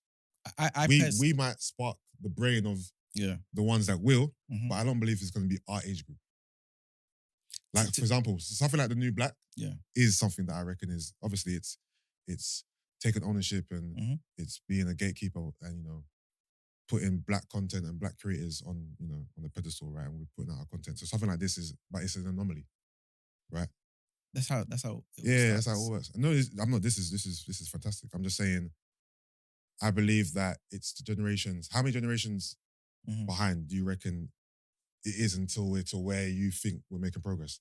Honestly, I could never say it because it depends on how each person Yeah. considers progress. Yeah. Me personally, like I gave in that analogy, I feel as though if black people do more today than they Yeah. did yesterday, Yeah. that's progress for them. Yeah. As long as you're doing something for the betterment of yourself, I Yeah. feel like it translates to all of us. Yeah. Some do it consciously, some Yeah. do it subconsciously Yeah. or unconsciously. Yeah. Whatever it is, as Yeah. long as it's bringing about the betterment of black people. Yeah. It starts with yourself, starts with the family, starts with the community. And it starts to ripple out. Mm. That's all I really care about. But like you rightly said, many people are not thinking about this on a day-to-day. At all. And so my thing is, if we take away the outlets Mm. that will put these things in the forefront of their mind, Yeah. even just for 2 hours, right, Mm. in a year, where else are they going to get this information? We're just going to continue to be reactionary. That's it. Just reactionary. We can't thrive as reactionary people. No one thrives as just reactionary people. It's impossible. It just doesn't happen. Yeah, We have no. to be proactive. No, We I have to- agree You with know you. what I'm saying? I agree with you. And I can't just accept that, you know what, we're not going to do this. Because then it's like, what's the point? That means we're doomed. Mm. I can't believe that black people are doomed. No way. I think doomed is an extreme word though, because there are black people who are thriving in the world as it is now. Yeah. Right. So I don't think black people are doomed if, this. I'm gonna keep saying utopia, but I know Yeah. what you mean. If this black utopia doesn't exist, like But when you say utopia, I don't want it to make people. You know, you know what I'm saying? I'm just using Yeah. the word utopia because it's Okay, what I've cool. been using, right? Okay. So are we? Hmm? No, that was it. That was the end of my. Oh, I thought you were going to I say thought you were something. thinking. No, you said something, so I thought I was done. Okay, cool. Yeah, I'm pretty much done. All I was going to say really is just I think I even lost my train of thought. Yeah, the whole doom thing. To me, if one or a few black people are thriving and doing excellent, and the rest of the community is not, Yeah. I still consider that doomed. If Mm. I'm a billionaire, trillionaire, and my people are not benefiting from it, Yeah. we're doomed. Yeah. The minority can't be used as a gauge for what's going on for most of us. You know Yeah. what I'm saying? Yeah. So if most of us are reactionary, Yeah. if most of us just live on a Yeah. day by day, Yeah. and there's no real goal, there's no real Yeah. plan, and we're not doing anything that brings about the betterment of ourselves, our families, and therefore our communities, and us as a whole, then we're just living. Yeah. No, listen. You know I what I'm wish saying? more people were like you and had your perspective, but unfortunately, most of the black men, I'm gonna use black men specifically, I know, are out for self. They're out for self. And that what you promote. No. When I say self, I mean like you mean like Self. I know what you self, mean. self. Not community I know. self. I know. not what you mean. community self, yeah, self. As in them, they ain't trying to help no one. They want to be numero uno, and they want to keep everyone else below them. And See, that's another yeah. problem we have. I see it all the time. Trust me. That's another problem we have. Yeah. Cool. All right. Well, let's get into our next, I was going to say dilemma, next headline. I was gonna read some of the comments. Oh, is it? Mm. Do you want to share one or two? Too late. Okay, Yo, cool. just- They were on the screen there. I didn't see them. People Yeah. they're having a really good To be fair, I wasn't conversation even, in while there. we were talking, I wasn't even reading. There was Yeah, also that- a poll. Oh, is it? Poll. What's the poll So saying then? Let me just end the poll so we can. Yeah, no, I saw the poll. I voted. Yeah, the poll said more slave films or not. Yes, no, undecided. It's like when I voted, it was like 8% yes. I said, show yourself. 8% yes. Yeah. All right, so I'm gonna end the poll, and the poll says, Results are drum roll. "Yikes!" 66% say no. As in, okay, no more slavery. Yeah. Yes, 10% undecided, 23%. Okay. 65 votes. Boy. Pick up, you guys. Like the video. Because the Mhm. likes and the number of people in the comments is not tallying up to me. That math ain't mathing. But yeah, man. Cool. So the next headline is basically a response to kind of a headline that Esther gave us yesterday about Meghan Markle and her Mhm. wedding. Yeah. And how someone came to her when she went to the premiere of The Lion King, I believe. Yes. Cool. So, the Duchess of Sussex claimed that her marriage to Prince Harry was a moment of jubilation that was compared to Nelson Mandela's release from prison, has been greeted with surprise by one of the anti-apartheid campaigners' grandchildren. In an interview with The Cut, Meghan said she had been told in 2019 by one South African cast member of The Lion King in London, "I need you to know, when you married into this family, we rejoiced in the streets the same way we did when Mandela was released from prison." No, you're pausing for dramatic effect. Yeah, 100%. Because you know what the thing is? I saw your eye twitching when I said it yesterday. But I know. it's come back again. This is why we need reminders. You know what I'm saying? Do you know how ridiculous this comment is? No, but the person said it to her. I know. No, Megan didn't do anything wrong. All she Okay. did was just tell. Just repeat it. Yeah, that's repeat it. the story, yeah. But the ridiculousness of this. I The mean, man that did what he did for you is the same as Meghan Markle. What type of rubbish yeah, but is then this? we've got to look at the person's age. Was the person there when Mandela... The person saying this is what we did. They're saying they... And this is why we're... Anyway, sorry. So, Zweli Mandela, an African National Congress MP, whose grandfather served 27 years in prison before going on to lead his country, told Mail Online he was surprised at the remark. He said Madiba's celebration was based on overcoming 350 years of colonialism, with 60 years of a brutal apartheid regime in South Africa. So it cannot be equated to as the same. He added, every day there are people who want to be Nelson Mandela, either comparing themselves with him or wanting to emulate him. But before people can regard themselves as Nelson Mandelas, they should be looking into the work that he did and be able to be champions and advocates of the work that he himself championed.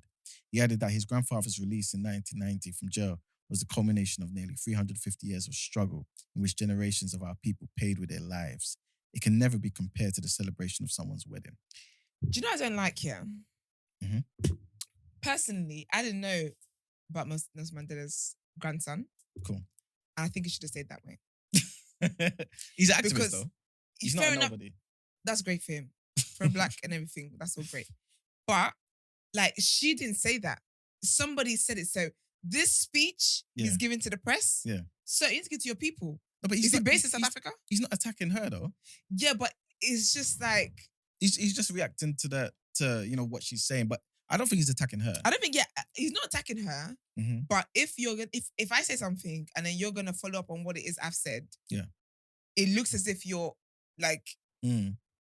it's an indirect attack on me. It's not direct attack, but you're criticizing something that I've said, and then it makes it seem as if like these were not my words, Yeah. but it makes it seem as if I'm the one who said it, because not everyone's going to go again and do the diving and research to see that. So she was told this. Not Yeah. somebody say that to her. Mm. But I just think that at the end of the day, he knows what his granddad did and all that great stuff. Yeah. Sir, I think I she'd have been quiet. I think that's a personally. bit harsh. I think she's trying to get relevance, and Oh no. I do, because there was no need for that. In my opinion, there was really no need for all of that stuff. Mm, And then to even say it can't be compared to someone's wedding, like, yeah. don't at me because I didn't at you. Wait, did he do that? He said that.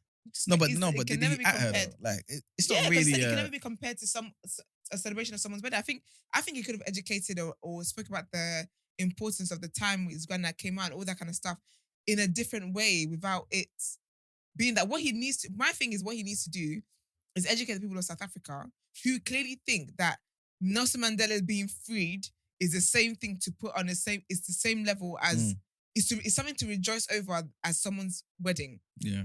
That's some white conditioning in that country they need to sort out. Exactly, but I think that's kind of what he's talking to.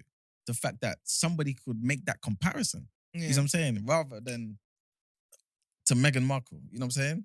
Or Meghan. Yeah, but it's just like piggybacking off. I don't know, man.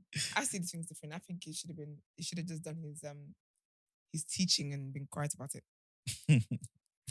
All right.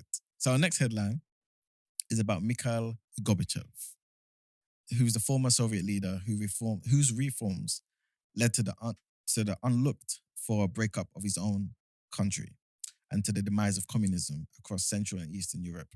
And he died at the age of 91 yesterday. What was that famous line? Something about the wall, brick wall, tell them that wall. Never mind. I think I know what you're talking about. Never mind. Do you remember him though, innit? Yeah. All right, anyway, so celebrated abroad as a savior who delivered freedom to millions of Soviet citizens, he was often blamed at home for the chaotic years that followed and survived long enough to watch Russia return to autocracy under the rule of Vladimir Putin. Gorbachev, who won the Nobel Peace Prize in 1990, had died after a difficult and protracted illness, Russian news agencies cited hospital officials as saying on Tuesday. Recent reports suggested he was suffering from a kidney ailment. Gorbachev was the first and last president of the Soviet Union. He became the General Secretary of the Communist Party in 1985, aged just 53, a post he held until the party was itself dissolved in 1991, with the Soviet Union vanishing soon afterwards. His decision not to use force to prevent the toppling of the Berlin Wall, he later claimed, may have averted a Third World War. And Antonio Guterres, who is the Secretary General of the United Nations, described Gorbachev as a towering leader, committed multilateralist, and tireless advocate for peace. A spokesman to Putin, with whom Gorbachev said he had a strained relationship, said that the Kremlin leader expressed his deep condolences on his death and would send a telegram to his family in the morning. Reports say Gorbachev will be buried in Moscow's Novodevichy cemetery next to his wife, Raisha. So yeah, that's the end of the R.I.P. headlines. Yes. All right, let's get into Word on Road.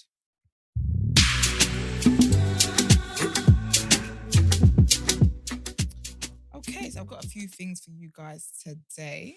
Firstly, so Alexandra Burke, you guys remember One X Factor? She was at Carnival.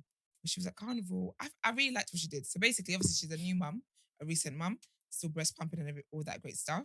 So she basically had a costume on and she had a breast pump, and it's in support of a campaign. So basically to kind of create awareness for like breastfeeding awareness basically.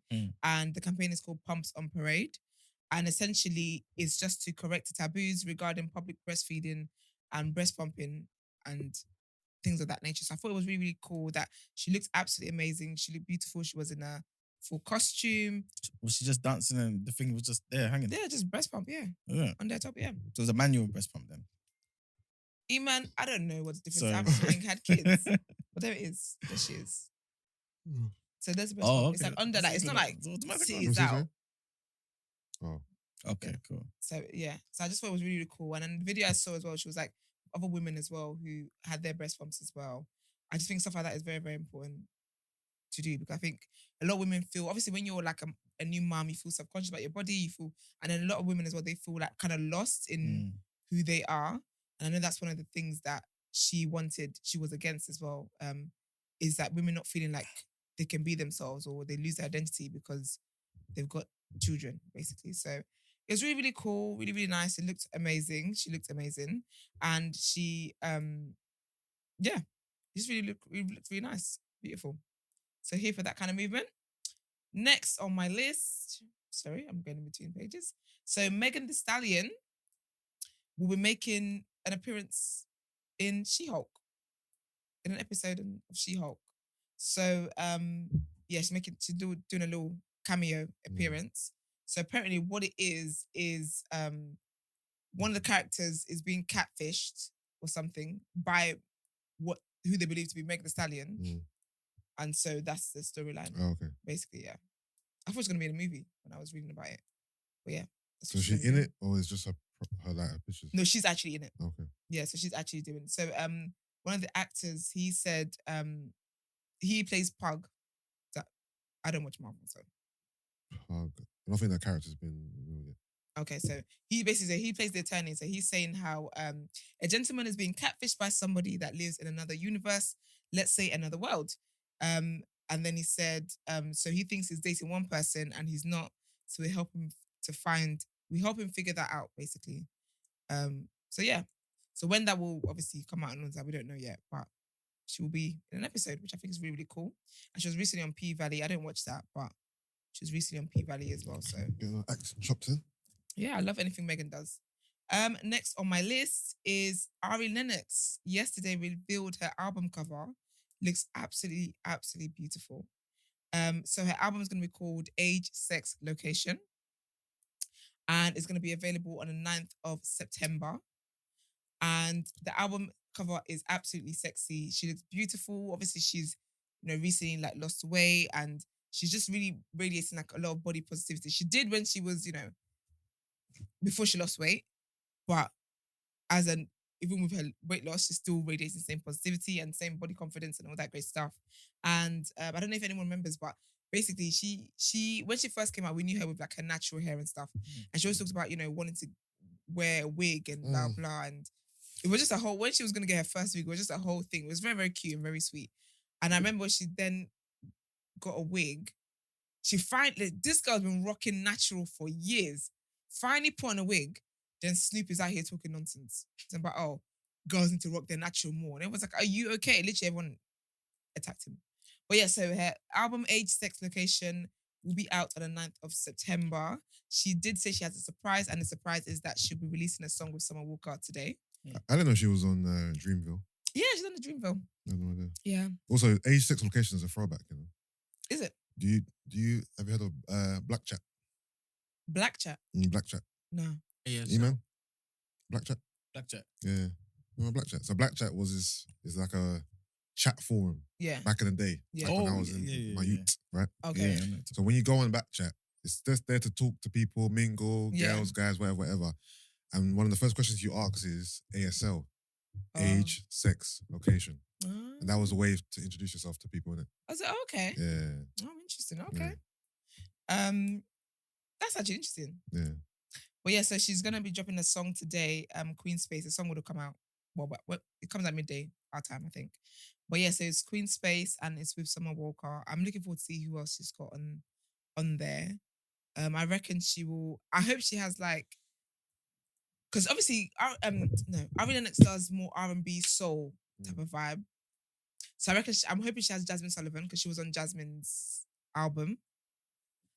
Summer Walker, that's really cool. I can't think of anyone else that I don't really want to say City Girls. I don't think that's really her vibe. Yeah. Because she's more of a singing kind of babe. Yeah. So I really hope she's got good features on there. And of course, she usually has the Dreamville lads on there as well. Jid, Bars, J. Cole, the usual guys. So Earth Gang and them. So yeah, it'd be really cool. Are you going to listen to it for the rotation? No. No, I'm joking. I'm sorry. So damn, like. No, I'm playing, yeah. I'll listen to it. And No, I will. Of course I will. Yeah, I absolutely love Ari Lennox. I've seen her live as well. She's absolutely amazing. What do you lot think of Jid? I think it's really cool. First of all, it's JID, please. I call is him it? Jid. I keep saying Jid, bro. Because I've got a friend JID. called Jide, but I call him Jid. So when I say JID, I just say Jid. Okay. And my friend looks like J. Cole, actually. Your friend was like J. Cole? Yeah, because I remember J. Cole's last concert, what was that, For Your Eyes Only? So he was in the crowd in the bottom, yeah? Yeah. And then obviously we were waiting for J. Cole to come out. But then the camera must, you know how they just show random people in the crowd? So they must put the camera on him.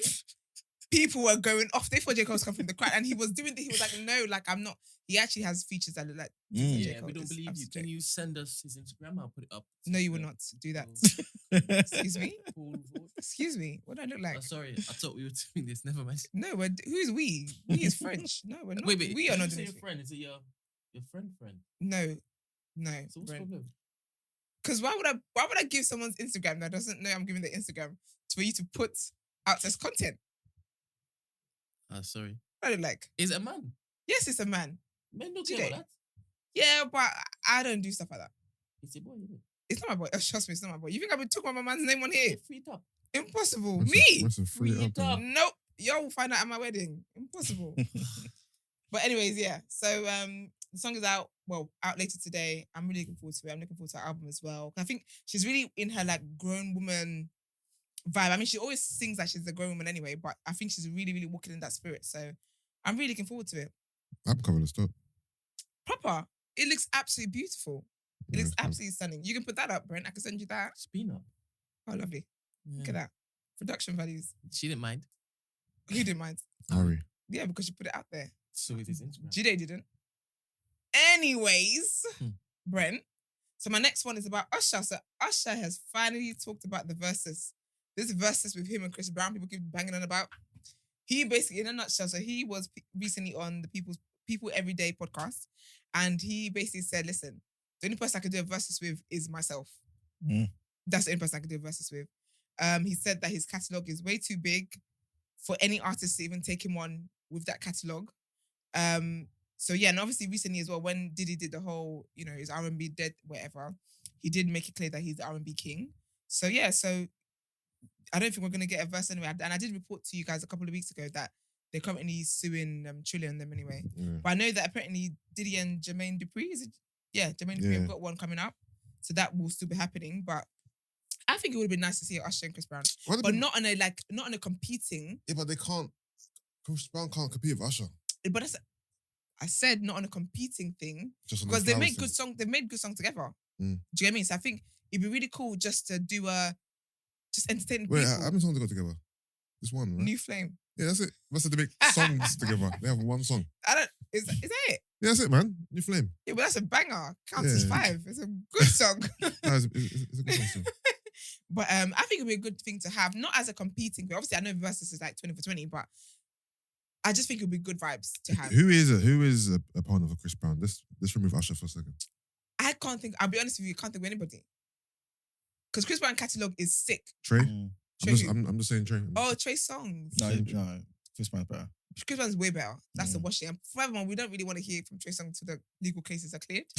I'm waiting for all of that to clear, by the way, and then I'm gonna come and do But it. I saw That's what I'm waiting for but as well. Yeah. I saw an article. It's all mad. Well, I didn't read the article. I saw a headline that Trey Songz is saying that someone's being paid to paint him as the new R. Kelly. We saw the video of this man pulling down a woman's top and revealing her breast. Who paid then? Who photoshopped that video? Who commissioned that video? I'm just reporting the news, people. That's We know. all I'm doing. That's what we do here. That's what we do here. But yeah, Trey Songz one has been a bit mad. Also, Kiki Palmer did a whole thing about his behavior when on Wendy Williams and everything. So, you know me, I was time a black woman unless told otherwise. No, I'm not with Trey Songz. I'm against Trey. Listen, that After nigga guilty. allegedly. But yeah, so I guess Usher doesn't want to necessarily do a versus. I think it would still be good to do some. But yeah, but on to UK excellence. So Tom Mucci yesterday posted that he will be part of Apple TV's crime thriller, which is called Criminal Record. Looks amazing. So basically, Criminal Record is a character-driven thriller set in the heart of contemporary London. An anonymous phone call draws two brilliant detectives into a confrontation over an old murder case. One, a young woman in the early stages of her career. The other, a well-connected man determined to protect his legacy. And from what I'm reading, he's got a really good part. So his character is going to be called Errol Mattis. And so the man at the heart of the historic murder investigation, Errol, is halfway through a 24-year prison sentence for murdering his partner. Since the trauma of this night, he has suffered memory loss and was convicted on a confession which he since retracted. He thought he had turned his life around and then this happened. Is there a way back for Errol? I'm going to watch this. I think this is going to be really, really cool and really, really amazing. And I love anything Black, British. Actually, no, Black excellence. Mm-hmm. Yeah, so I'd absolutely love Black excellence stuff. So congratulations to him on that gig. I know that production started and stuff, so I guess we'll get a date on that soon, and I will report on that when I get the date. And my last bit, literally fresh off the press, like 30 minutes off Instagram because I stay working, okay? I hope you know that, Brent, when you're writing down my attendance. India has become a Boots ambassador. Okay. Well done, India. Well done, India. And I'm glad Boots were not just talking and doing clickbait like some other brands. PLT. So she's posted a picture of her signing her contract and with some Boots, beauty stuff around her. And her caption says, "Can't believe I'm typing this right now, but I am insanely excited to announce that I am a Boots UK beauty ambassador. You guys know beauty is a huge passion and obsession of mine, so becoming a beauty ambassador for Boots is a dream come true. None of this would be possible without all your love and support. Nothing goes unnoticed, and I love you all so much. Can't wait to get to work on this and share more with you over the next few months. #BootsXIndia." And yeah, I'm really looking forward to it. This is very on brand, and this is what I wanted. I wanted people to get deals that look like them, like Ekinsu's deal with Opoly, fitting. India's deal with Boots, fitting. What's her name? Tasha with eBay, fitting. The other deals are not making much sense. Is it to me. fitting? What, Tasha and eBay? Yeah. The way Tasha dresses is perfect. But eBay not really known for clothes. Yeah, but they're known for sustainability, and she's actually sustaining the fashion. That's it. Also. No, it's not. That I'm is just saying with love. I'm saying it's on brand for her. Like, this is great success. Congratulations, Tasha. I agree. Yes, but yeah. So I'm very, very happy for India. I'm glad that she got a deal, because obviously remember last week I talked about the whole PLT thing with Gemma and how they did a whole poll. The difference was stupid clear, where they basically said retweet for India and then like for Gemma or something, and India was on like 5 figures stats and Gemma was on like 4. But somehow Gemma's the one who got the PLT deal. But I'll be honest with you, I'm glad she got that, because really and truly, people would have dragged. Because with the thing with PLT, obviously people are dragged. It's fast fashion and it's a whole bunch of nonsense. So she might have got dragged. The community are questioning you saying that Boots is fitting. They're like, how is it fitting? Because it's beauty. And India loves beauty stuff. When she was in there, her hair was slaying every day. Her makeup was banging every day. So that's fitting. Okay, what do you mean? How is it not fitting? Listen, it's beauty stuff. Beauty stuff, makeup.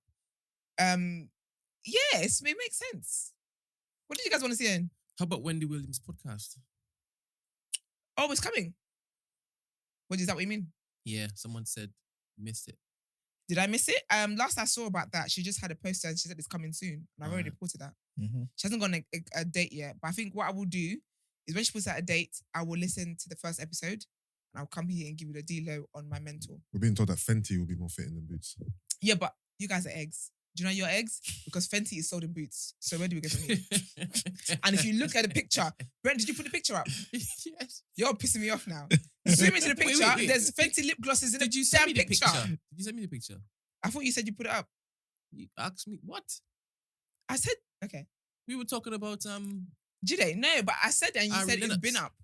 Someone said Dark and Lovely would be better than Boots. Okay, you're pissing me off now. This is Wait, what Emman was talking about. Wait. talk Said, to them, Esther. wait. Someone said Palmer's cocoa butter would be more fitting. Now you're just taking it too far. I'm joking. That was the last. What two money was- did they the, have? The last two was me. I didn't.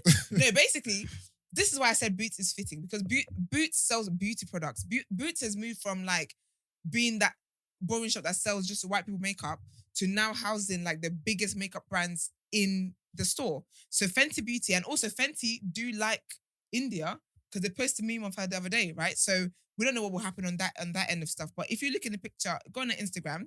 She has I think Bathroom Diaries called you an egg. who's called me an egg? They said that, but it's a different brand. Fenty and Boots is a different brand. You egg. They didn't say that. They did. They didn't. They just missed out you. Look, So you're- it's a typo. Look, read it. Yeah, but it's a different brand. Egg, LOL. They meant to say you egg, obviously. They didn't, Yusuf. It's there, Bathroom not obvious. Diaries. You're adding words into stuff. Yeah, but it's a different brand. Okay, does that let make me sense? Let me tell you what it is, yeah.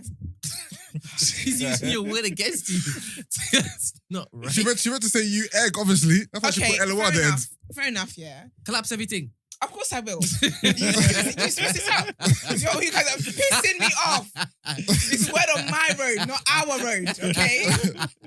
Gosh. Fenty is stocked in Boots. Like when it was going to come here, I even sat on that chair and I did a whole celebration dance.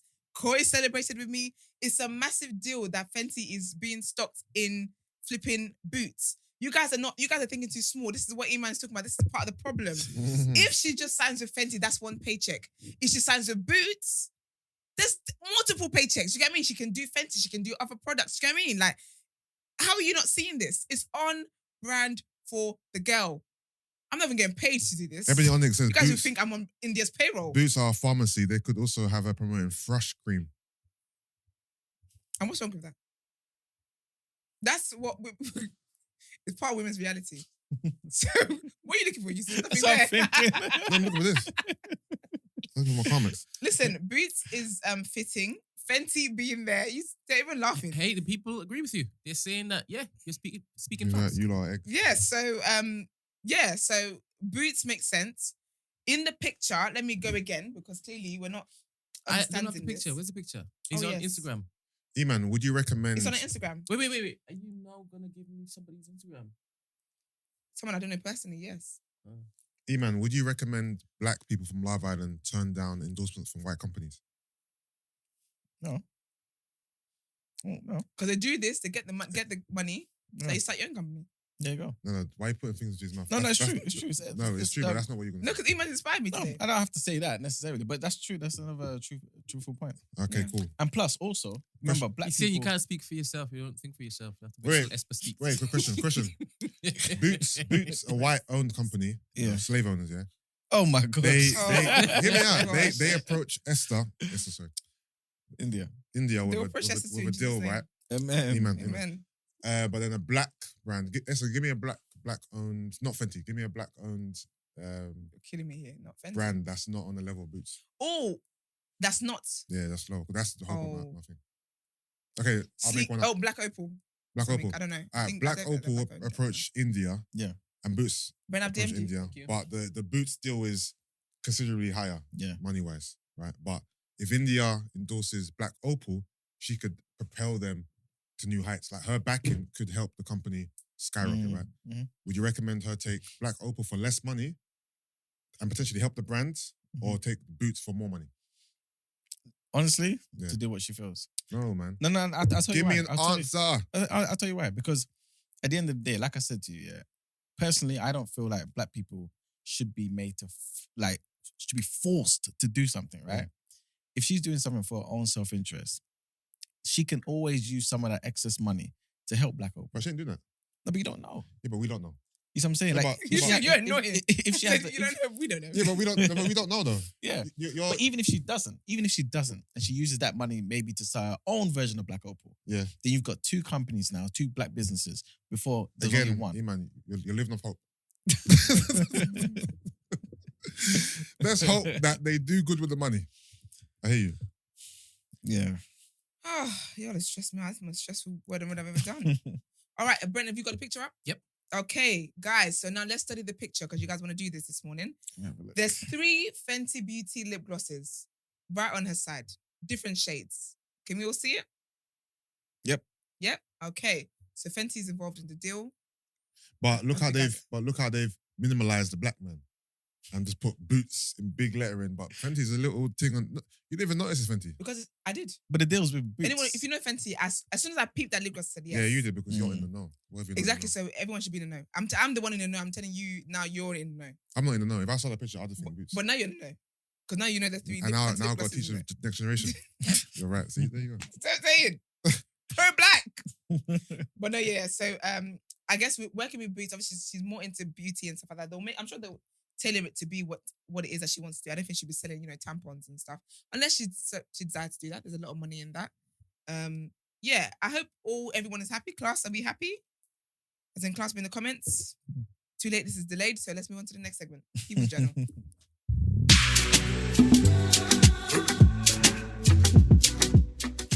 All right, people. Welcome to the People's Journal. I gave you the news from an economics point of view. I'm so sorry. That's all right. Someone said they could have her doing campaigns for lice treatment. And also, someone said that they're pandering by putting Fenty there. It's an empty gesture. No, it's not, because I told you guys Fenty likes India. So the other day they posted on the actual page, and people started speculating that they might have something might happen, which I really think it will anyway, separately. Even if it's like lingerie or whatever it is, and obviously Rihanna stays working. Does Rihanna own Fenty outright?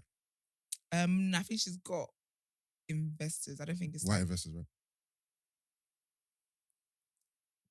the People's Journal. I don't know. Listen, know. Let me not Fenty say. might not be black owned. Fenty's definitely black owned. owned. 100% black Yeah, owned. not 100%. It's black owned enough. She makes up the majority for us to call it black owned. Optics wise, paperwork might say something different. Paperwork wise, she might own young 30%. Do you know what I did this? I'm sorry, man. I shouldn't have read the lice comment. I shouldn't have. That's all right. Dear. That's still People's Journal. It's still economics. You know what? True. Mhm. All right, so the first thing I want to talk about, it's very brief, is basically Ryanair. And obviously, remember in the past we spoke about, I don't know why it said in the past, but yeah. It hasn't been that long ago. You know, all the nonsense that was surrounding all these airlines. And, you know what I'm saying? Cancellations. Cancelled and all that stuff. All of that stuff.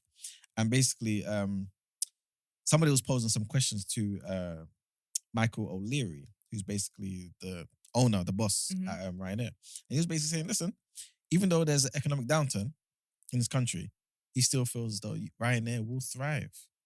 Okay. So I bring this up just to say, just because obviously we have a recession looming and things of that nature, inflation is going to be sky high, you know what I'm saying?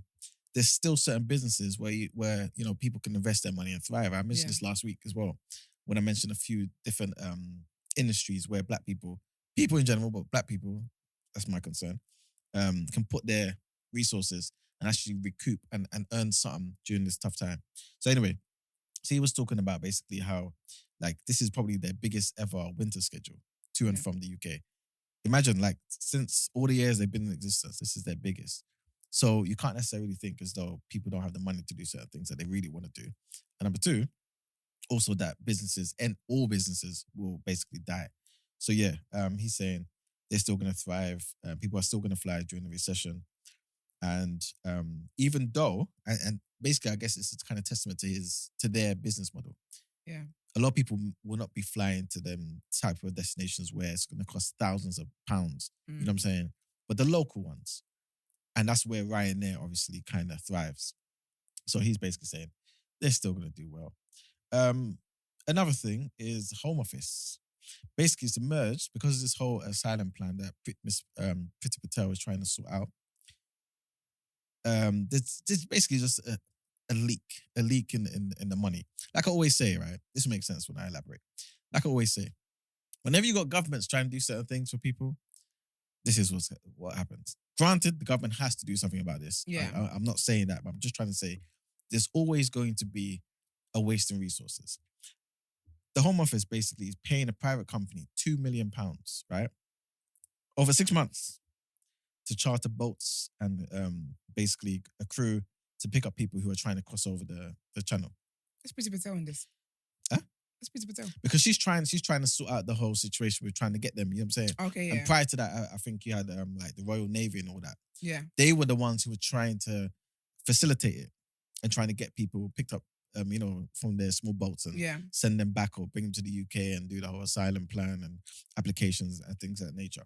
But because of all of this, right, with all the tension that's basically involved in this, the Home Office, or at least they're saying they have to, they basically outsourced everything. And now they've agreed to pay a company called Aeolian almost £2 million just for 6 months. Just for 6 months. And this is what they have. They have 3 vessels. Again, I've never been on the shores, you know what I'm saying, looking at how difficult this task would be. But when I'm seeing that they've only got 3 vessels, right, I'm thinking that for £2 million, this would be a much more elaborate, what do you call it, plan. Yeah. But anyway, they've got 3 vessels and they're looking to basically work 12-hour shifts departing from Ramsgate in Kent and basically sailing to wherever there's reported sightings of migrant vessels to basically collect all those migrants that have been found. You know what I'm saying? The boats usually have space for 12 passengers and 3 crew members. And they have to be able to accommodate a minimum of 100 migrants on deck. So that's basically what they've been tasked to do. And for just 6 months, they're getting £2 million. So again, even though it seems as though, me personally, I don't really want to put my opinion in this, right, too much. But even though it seems as though Priti Patel's doing something that may seem bad to a lot of people in terms of trying to figure out some type of plan to get all these people who are trying to come to the UK illegally out of the UK or prevent them from even stepping onto UK shores. Evidently, something needs to be done. You know what I'm saying? Because, like I said before, you've got thousands of people coming, even from Albania, where the country is even thriving and doing decent. You know what I'm saying? Yeah. And there's a huge increase compared to the same time last year. But yeah, 2 million just seems quite steep to me.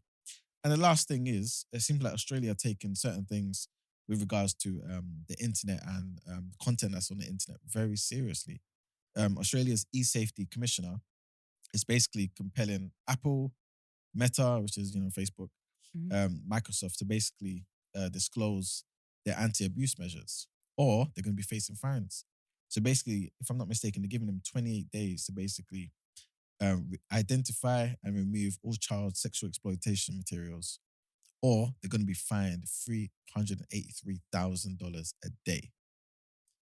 So yeah, Wow. they're taking it serious, and this is the type of stuff you need. This is why governments should be in power. You know what I'm saying? Should be in place to obviously protect people. You know what I'm saying? Where it really matters, like we were talking about earlier. Most of the things that we see is consumed by the internet, TV. You know what I'm saying? So loads of people are going to be, faced with this nonsense, this child abuse nonsense, man. So it's really good that they're making these big tech companies have to do something about it. Yeah. Economics is everything. So if you hit them with it at the pockets, then Yeah, it obviously, hurts. it hurts, man. They'll be forced to do something about it. Exactly. So yeah, man, that's pretty much it for People's Journal today, man. Nice. Let's get into Wellness Wednesday.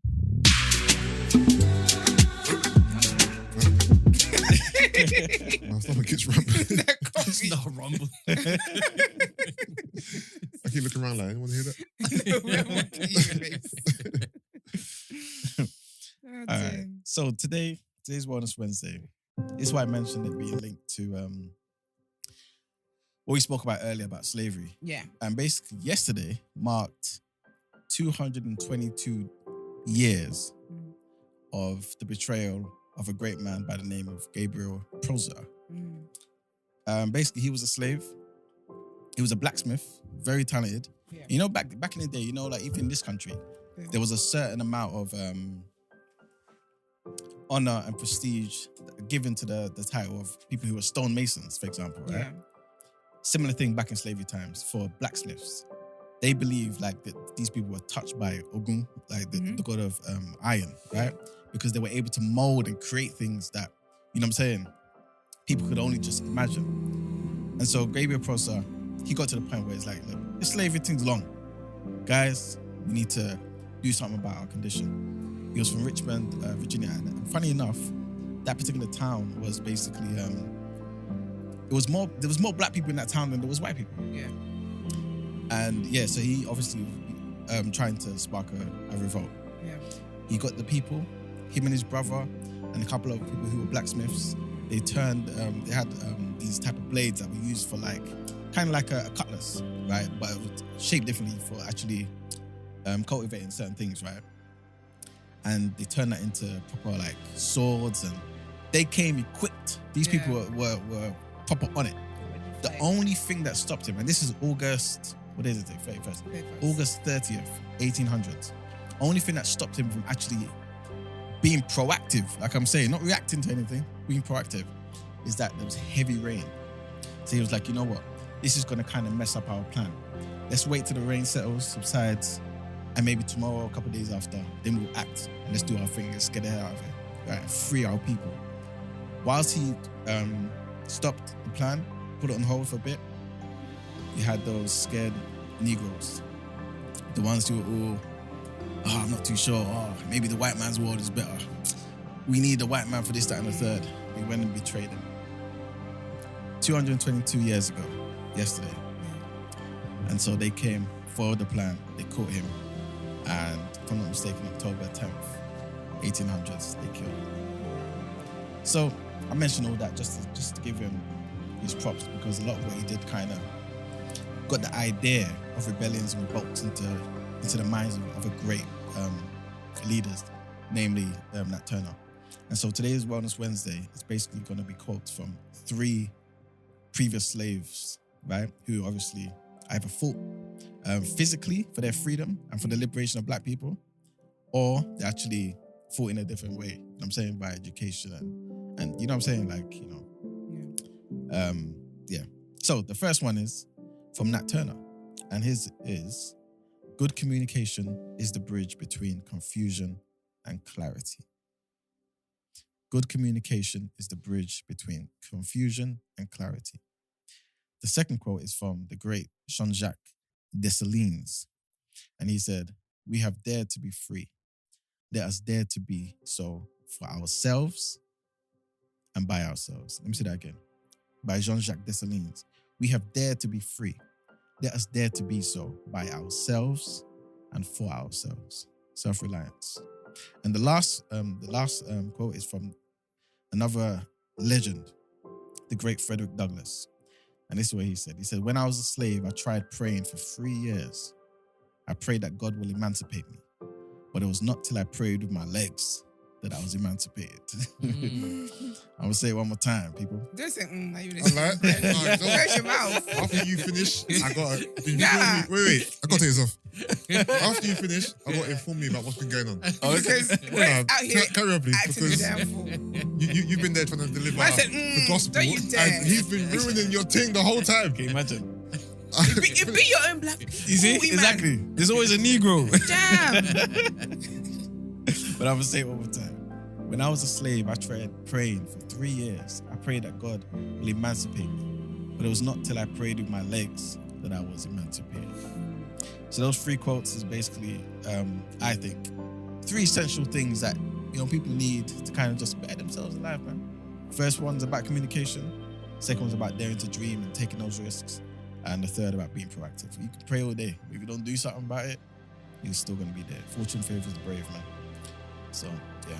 Yeah, okay, about that. So, first of You all, didn't even let that word land in. first of all, the music was too loud.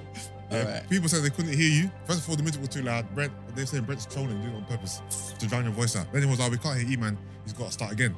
People said, this is funny. This is happening for comedic value. The whole time you're speaking, people can't hear you. They play the music. And that story was very interesting. And they thought that he was doing it on purpose to you know. Terrible. Yeah. And Brent is out of order. Brent, you want to speak to your crimes? Yeah. Emmanuel, did you have headphones on? What'd you say? Did you have headphones on? Yeah. Could you hear the mix? Yeah. You could hear your voice and the music, right? Yeah. Yeah. I had headphones. Yeah, but obviously- I could hear both. Obviously, but I was assuming that they're hearing something different. Because I don't know why. why are they? Because to me, it was fine. Do you know what's funny though? But the comments are saying it's too loud. Someone said it. They thought they had other tabs open. So he was like, "Where's the music coming from?" It's us on Wednesday. We take you on a trip. Oh, man. Fact, well, Brent is. Do you know Brent is extra cheeky as well? Yeah. So someone asked about SPF in the comments. Yeah. The lovely babes, Jinan just said, Esther's got the deets because SPF queen. And then I went in there and I said, I'll put the links of my main 2 in the community. You got to sign up to the community if you want to get details from me. Community.thenewblack.com, right? I said, I'll put the details in the community. I put in the TDA backstage because, again, you got to sign up for the real things, okay? That's it. Brent is out here talking about the egg is in the comments, people. Get her. Who's the egg, Brent? I put it in. And then he Also- said, yeah, she should be listening to. Obviously, I'm putting the links in the chat. He goes, she should be listening to Dr. Umar speak. That's you, by the way. See what I'm saying? Eman, the Ebony Onyx's great grandpa is Nat Turner. Serious. Stop it. See what I'm saying? Small See what I'm world. saying? Legend. She's inviting us to a wedding, no? Yes. I thought that was... Well, she said it. Ebony Onyx, do you mean it? Because I'll turn up in my nice suit again, you know. Listen, Eman was any excuse to get content for Instagram. So Invite him. He said, if he's going, it's an event, I'm gonna be there. Oh, Okay. Pictures? Someone take pictures?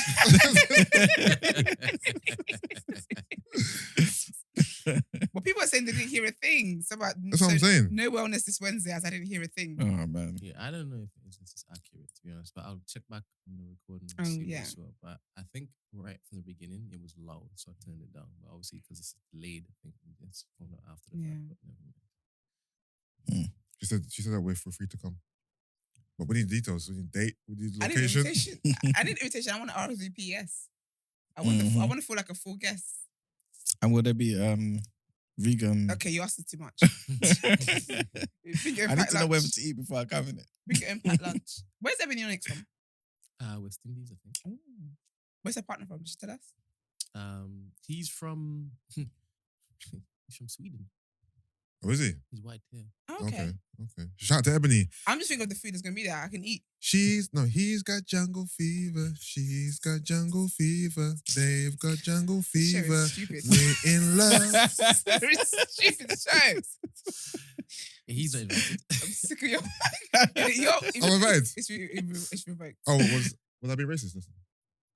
No, I'm just saying you're not invited. You were just being. Okay. I don't know what you were being. There's nothing wrong with jungle fever. Well, okay. As you guys know, we have daily segments. So if you would like to write in, message in, write in, send voice notes for asking for a friend, this what would you do, or just to say something to us, you can do that to zero. You can send your stuff, your content, into 075-6484-1073. It will also be in the description box. If you're more of an email kind of babe, you can do that. Send that into tdasubmissions@thenewblack.com. Do let us know what it's for. Is it for sis? What would you do? Is it for asking for a friend? Is it off, something else we've said before in a previous show? But you don't even have to do that for previous shows because all you have to do is join the community and you can do the TDA instant reaction, which is right after we finish the show. So That's it. yeah. Also, just wanted to say, just for the benefit of Ebony Onyx, Yes. her husband is not Swedish. Is it not? I saw He's it not- there, but I was going to let the lie run. To be fair. Oh, where is The he? thing is, even though she's corrected it in the chat, I just thought, for the benefit of the recording, Yeah. you know what I'm saying? Let me help her out. Yeah, because you know what is it? The TDA listeners are so full of vim here that she would just say something in the comments one day. And first of all, you got a white man. Shut up. So I'm glad thank you, Emman. Yeah. He's from Guyana. Yes, it's Guyanese. Guyanese. All right, the food's gonna be nice. That's what I get from that. Yep, and vegan. Well, I don't know about that. All right, let's get into our last headlines for the day. DJ. You know how low it was. All right. So, next headline is about Shamima Begum. Mm. So, it's emerged that Shamima Begum and her 2 teenage friends were smuggled into Syria by a spy working for Canada. Before Justin Trudeau's, that's the president of Canada, conspired with the UK, apparently, allegedly, to cover up its role. The so-called jihadi bride was stripped of her British citizenship in 2019 after she fled Britain 4 years earlier to join the Islamic State. Fresh revelations claim the now 23-year-old was trafficked into the Middle East by a double agent on the payroll of both IS, Islamic State, and Canadian intelligence. But officials in Ottawa are then said to have kept quiet, even as Scotland Yard ran a huge international search for Begum and her friends Amira Abbas and Khadija Sultana, according to the secret history of the Five Eyes. Five Eyes is an intelligent sharing alliance formalized during the Cold War between the UK, the US, Canada, Australia, and New Zealand. The book, which I just mentioned, is called The Secret History of the Five Eyes, by a journalist by the name of Richard Kerbadge, alleges that Canada finally admitted its involvement in the plot as bosses feared becoming exposed, then also managed to convince Britain to cover up its role. In response to the claims, calls have been made for an inquiry into what the police and intelligence services knew about Canada's activities. So yeah. So if this was a what's the word I'm looking for? Trafficked, they should review her case then about her stay. Nah. Remember, she's stateless. Would you say that was a black woman? Nope. I like that. A lot of people stick to what they. I wouldn't say the same. But yeah, I think. No, but now that, to be fair, now that there's context of that, of the fact that she was trafficked, because the way I saw it was just a girl who had GCSEs coming up, didn't want to do her GCSEs and thought, I'm rather go to Syria, and was very ignorant and silly. Why are you breathing heavy? No, there's a white woman in the comments. Oh, is it? Right, Nice. we're not gonna do anything. Black people, we're universal people, man. Come on, No, but come, she's- come in, talk. She's spamming, man. You're more than welcome. She's No, but spamming. She's spamming. That's why I said it. What's she talking I about? looked at the emoji and I was like, what's this? What's she talking She's about? putting up bare icons. Maybe our phone can't read it. She's Swedish. This guy. I don't know what's going on here. But yeah, so do you Yeah. get me? So because that was my idea. That's what I thought she did. She just got up one day and thought, "Oh, I'm a bit bored." He just gave me like entitled kid Mm. who didn't understand the realities of what was going on in the. I mean, even at that age, I knew what was going on in certain countries. Do you get me? And so she got up and left. And I think when they said, you can't come back. At first, I was like, nah, because I don't trust her. That's how one day I'm minding my business, next thing a bomb goes off. I don't need that stress. And what if she's a plant? But then when I thought about how they made her stateless so quickly and people were like, yeah, make her stateless. And look at how that's...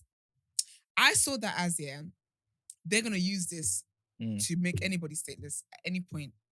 And look at what's happened with the whole, like with the Windrush stuff and blah, blah. Like, it's like any excuse to do this. So when people were really rallying with the government saying, yes, don't allow her back in. Yeah. I said, this is going to have a negative effect where they're going to, yes, we know what this case is for, but in the future, they're going to manipulate the law to a point where they're able to just make anybody and everybody stateless whenever they feel like it. Do you get what I mean? It's a bit different though. But she was trafficked now.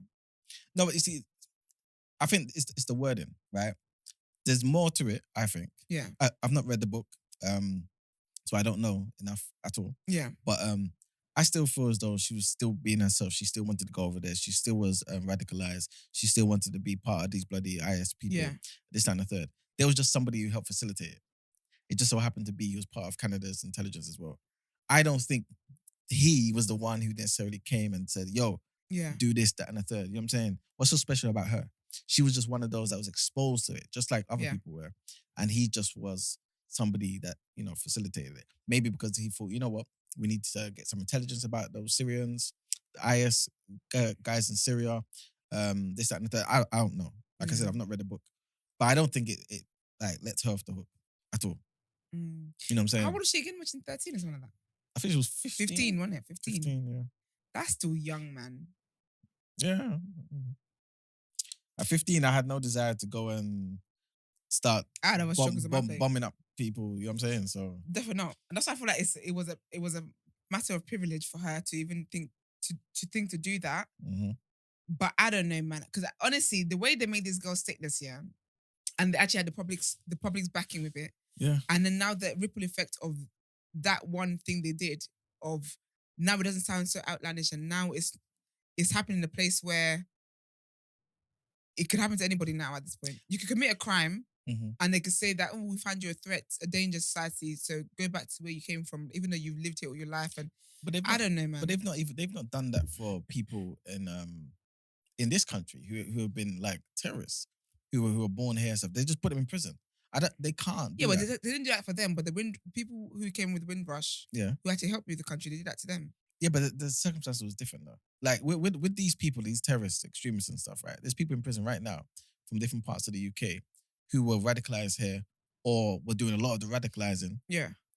They've not attempted to take away their nationality and things like that. They just put them in prison. You know what I'm saying? Her is because if I'm not mistaken, she's left the country and kind of renounced where she's from. Yes, she was young, she was underage, but she's gone over there to want to be part of that, saying, I'm no longer a part of this, I'm now part of this, and I want to help the destruction of that I was once part of. You know what I'm saying? Yeah, it's different. You've left the country too. I get it, but I'll be honest with you, I just think that was a kid. I think that was a kid, and I think that was a kid who, I don't think she understood how serious what she was doing was, and I think when she got there, because she's trigger warning. I'm so sorry, trigger warning. But she's been assaulted. She was made a child. She was a wife. She's had children that she's had to watch die. Like she's dealt with all of that stuff. I think there's stuff that they can put in place to make sure that it's safe enough to be here, that even if she's here, it's not going to be a danger and a risk to the public. That's using up all our money, our resources for that. We use our money for worse shit. You just reported on it. Yeah, where's but where's it? 20 million that used it for 6 months? What was that again? 2 million. 2 million. I agree with you. So But I don't think that's what's going to bring the camel's back. Yeah, but we shouldn't just keep wasting money because We're not wasting money. It's just the one girl we know about. I but don't it think could be more. You know what I'm saying? So I think it sets a message to say 15-year-olds out there who are thinking about this bollocks, think twice. I don't think it does that. Alright. Imani does not do that in any shape or form. I Alright. think if you have people that went there as grown-ass adults and then tried to come back, that's a different conversation. This was a child that went there. And then life happened and she's trying to come back. I think it's a very, very different circumstance. I think even if they do that, I don't think it's going to open the floodgates for all terrorists that... I don't think it'll open the floodgates. Exactly. So but I also don't think that this is what's going to break the taxpayers back, man. My money is being used for dumb stuff. Yeah, I agree with you, but I just don't want to continue wasting money on stuff. But it's personally. inevitable. You have no power over that. Yeah, money's being wasted. Yeah, but if they ask me and I'm voting, I'm not. You know what I'm saying? I'm not like. The thing is, I just find it hard to empathize with it. You think you have to understand? Because if I'm 15, I don't think I'm doing that. You know what I'm saying? Yeah, but if I'm 15 and it's happened to me, I would understand why you don't want to see me again. Personally, that's just me. I would understand. You understand, but that doesn't mean that you wouldn't still want the people to see you. No, I would want to come back, but I would understand if you don't. You know what I'm saying? You wouldn't hear from me again. I would just be like, I get it. You're speaking from a place of privilege. Because your life is not under attack. So it's easy for you to say that you will not... She's been groomed before. She's what? He's been groomed before. Trigger alert. And you know what we need to do? I'm going to speak to Danielle. We need to have a course day For real. on trigger warnings because y'all embarrassing me. Who, me? Not you. You did it. Me? No, but just Brent, right? I what? Me as well. What'd I do? Yes. I just said. When? Sometimes you He last can week... relate because he's been groomed before. Yeah, which is triggering He people. Last week, you said something gruesome. Did I? Then you said trigger warning at the end of the sentence. Oh yeah, that was a mistake. That only happens like once every. You know what I'm saying? How many shows have we had? I know. Yusuf? One thing we've determined. I'm learning, guys. Oh, dear. Okay, but fair enough, man. Poor girl, anyway. I don't know. Where is she even at the moment? Because she's... Who knows, man. Anyway. Look, Pakistan didn't want to take her.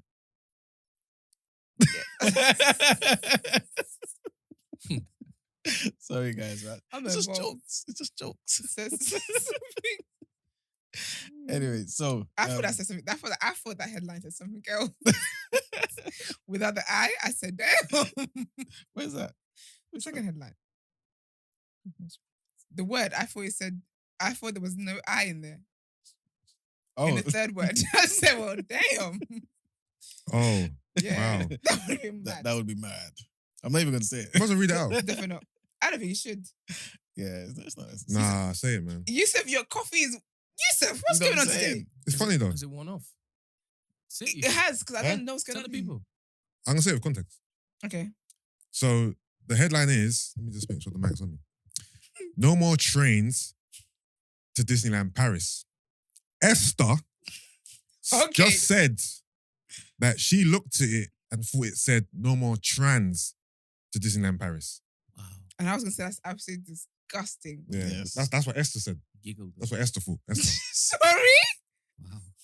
We would have flogged them because we are not for this. Yes, get the Yeah. camera off you, by the way, Brent. Yeah. No, zoom in on her. Just to clarify, this is what Esther thought. This is where her man went. I'm just reporting the news. Because I was going to say this is disgusting news. Mm-hmm. Foolishness, man. Exactly. So no more trains to Disneyland Paris. Eurostar is expected to suspend its direct train service between London and Disneyland Paris. The company said the route will be axed from the 5th of June next year for the duration of the summer. It said the decision was taken to focus on core routes as it recovered from the pandemic and monitored plans for new European Union entry and exit rules. Eurostar said it would revisit options for 2024 next year. Direct trains between London St. Pancras International and Marne-la-Vallée, a station next to Disneyland Paris to the east of the French capital, takes 2 hours and 24 minutes. The suspension of the service means passengers will now have to change at Paris or Lille. The route has operated since 1996, though it stopped for a time at the height of COVID restrictions. Eurostar services may not stop also in Kent before 2025. So there's quite a few changes to Eurostar's service. New rules for visitors to the EU are due to come into force by the end of May of next year. The system will mean travellers from outside the bloc must have their fingerprints scanned and photograph taken instead of having their passport manually stamped. The Eurostar spokeswoman said, whilst we continue to recover financially from the pandemic and monitor developments in the proposed EU entry-exit system, we need to focus on our core roots to ensure we can continue to provide the high level of service and experience that our customers rightfully expect. This decision applies from the 5th of June 2023, and as tickets are not yet on sale beyond this date, existing customer bookings will not be affected. And that is your last headline, guys. I've never actually been on a Eurostar. I think I've been on it once. Where'd you go? To Disneyland. Okay. It's like when I was mad young though. Is that okay? Yes, I don't remember much. Yusuf, have you been on where? Eurostar? No. Does it only go to Paris? It doesn't, is it? I think it's Amsterdam. Yeah, I think so. Or Belgium. Something Yeah. like that. Okay. I'm gonna plan a trip. Mm. All right. Well, that is it from us. Let's get into our outro.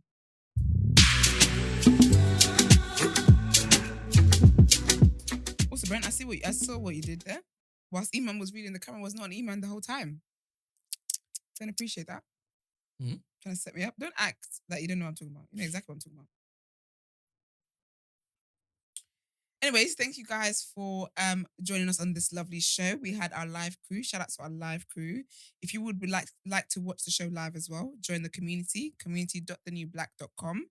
And when you join the community, you can sign up for TDA for the day after backstage access. And that's where you actually get the link to watch us live every single day. But you can't do one without the other. You got to sign up to the community and then get into the backstage area. Yeah, so thank you guys for tuning in. We really appreciate you. Follow us on all our social media platforms, The Day After TNB, Instagram, Twitter, TikTok. Like, share our videos, do all that great stuff. If you would like to send voice notes and text messages in, you can do that send that into 075 6484 1073. Do you have anything to tell them about the community today? Not really. Just I'll reiterate what I said earlier. Once you join the community, it's separate to joining the backstage area for the day after. Yeah. So once you join the community and you're part of the new black community, it's clear and all of that beautiful stuff. On the left-hand side, the top left, there's 3 horizontal lines. That's your menu button. Hit that menu button, go down to shows. When you go down to shows, you're going to see the day after. And you're going to see the rotations as well. But the day after, click into that, and that's where you're going to basically have access to the link and everything to do with the day after. It's got a chat in there, it's got topics in there, it's got what's the thing that you said? Instant reactions. It's got Yes. everything to do with the day after is going to be in that section. It won't necessarily be in the new black community section, right? Because remember, we're gonna have like tons of different shows, different things, projects coming out under the new black. So they'll be found in different areas. So for the day after specifically, go to the show section. And also, you may not be able to, well, at the moment, it's looking like no one's able to sign up via the app. So please do it online, community.thenewblack.com. And then you can go back into the app and everything should work as normal. And yes, somebody asking, was this made public? Yes, it was. Again, we are doing that so that everybody can know that, one, we are going live in the community and in the TDA backstage access. It's going to be like that for the rest of this week and next week. Once it is that at the top of the show, we literally hammer this in people's head. There is no live access after the free month is done. Y'all gotta pay. And when is the 3 month done? Actually, you don't tell them that. No, don't tell them. To Just be sign honest, up and find out. I believe that each time it is sign up, the particular free month begins. Oh, yeah, that's true. Yes. Yeah. So when our 3 month ends and your 3 month ends is different. That's could be next week. You don't even know. Understand the YouTube video and the Spotify full video is going to be dropping every single weekday at 7 p.m. For those Yes. who don't feel as though there's value behind the paywall. Again, things are literally coming down the pipeline. Mm-hmm. You guys are going to see very, very soon. But Yeah, man. if it is that y'all don't want to be part of the intimate family, that's fine. You can still get the YouTube and the Spotify every single weekday at 7 p.m. Nice. Yes. All right. Well, if you would like to inquire about the show or feature on the show, email the team at the day after at thenewblack.com. Sorry. So the email again is the day after at thenewblack.com. You guys know this by now. Black is spelled with an X. Mm-hmm. We don't do A's around here. And yeah, we're out. We'll see you guys tomorrow. Finally, I'm gonna be Finally speaking what? of a black woman. Yeah, I've been getting quite a few emails from representatives of individuals wanting to come on as guests. Please continue sending them in. We'll start scheduling you in. Nice. Yep. You tell us this, but nice. All right, guys. We'll see you tomorrow. Peace. Bye. Peace.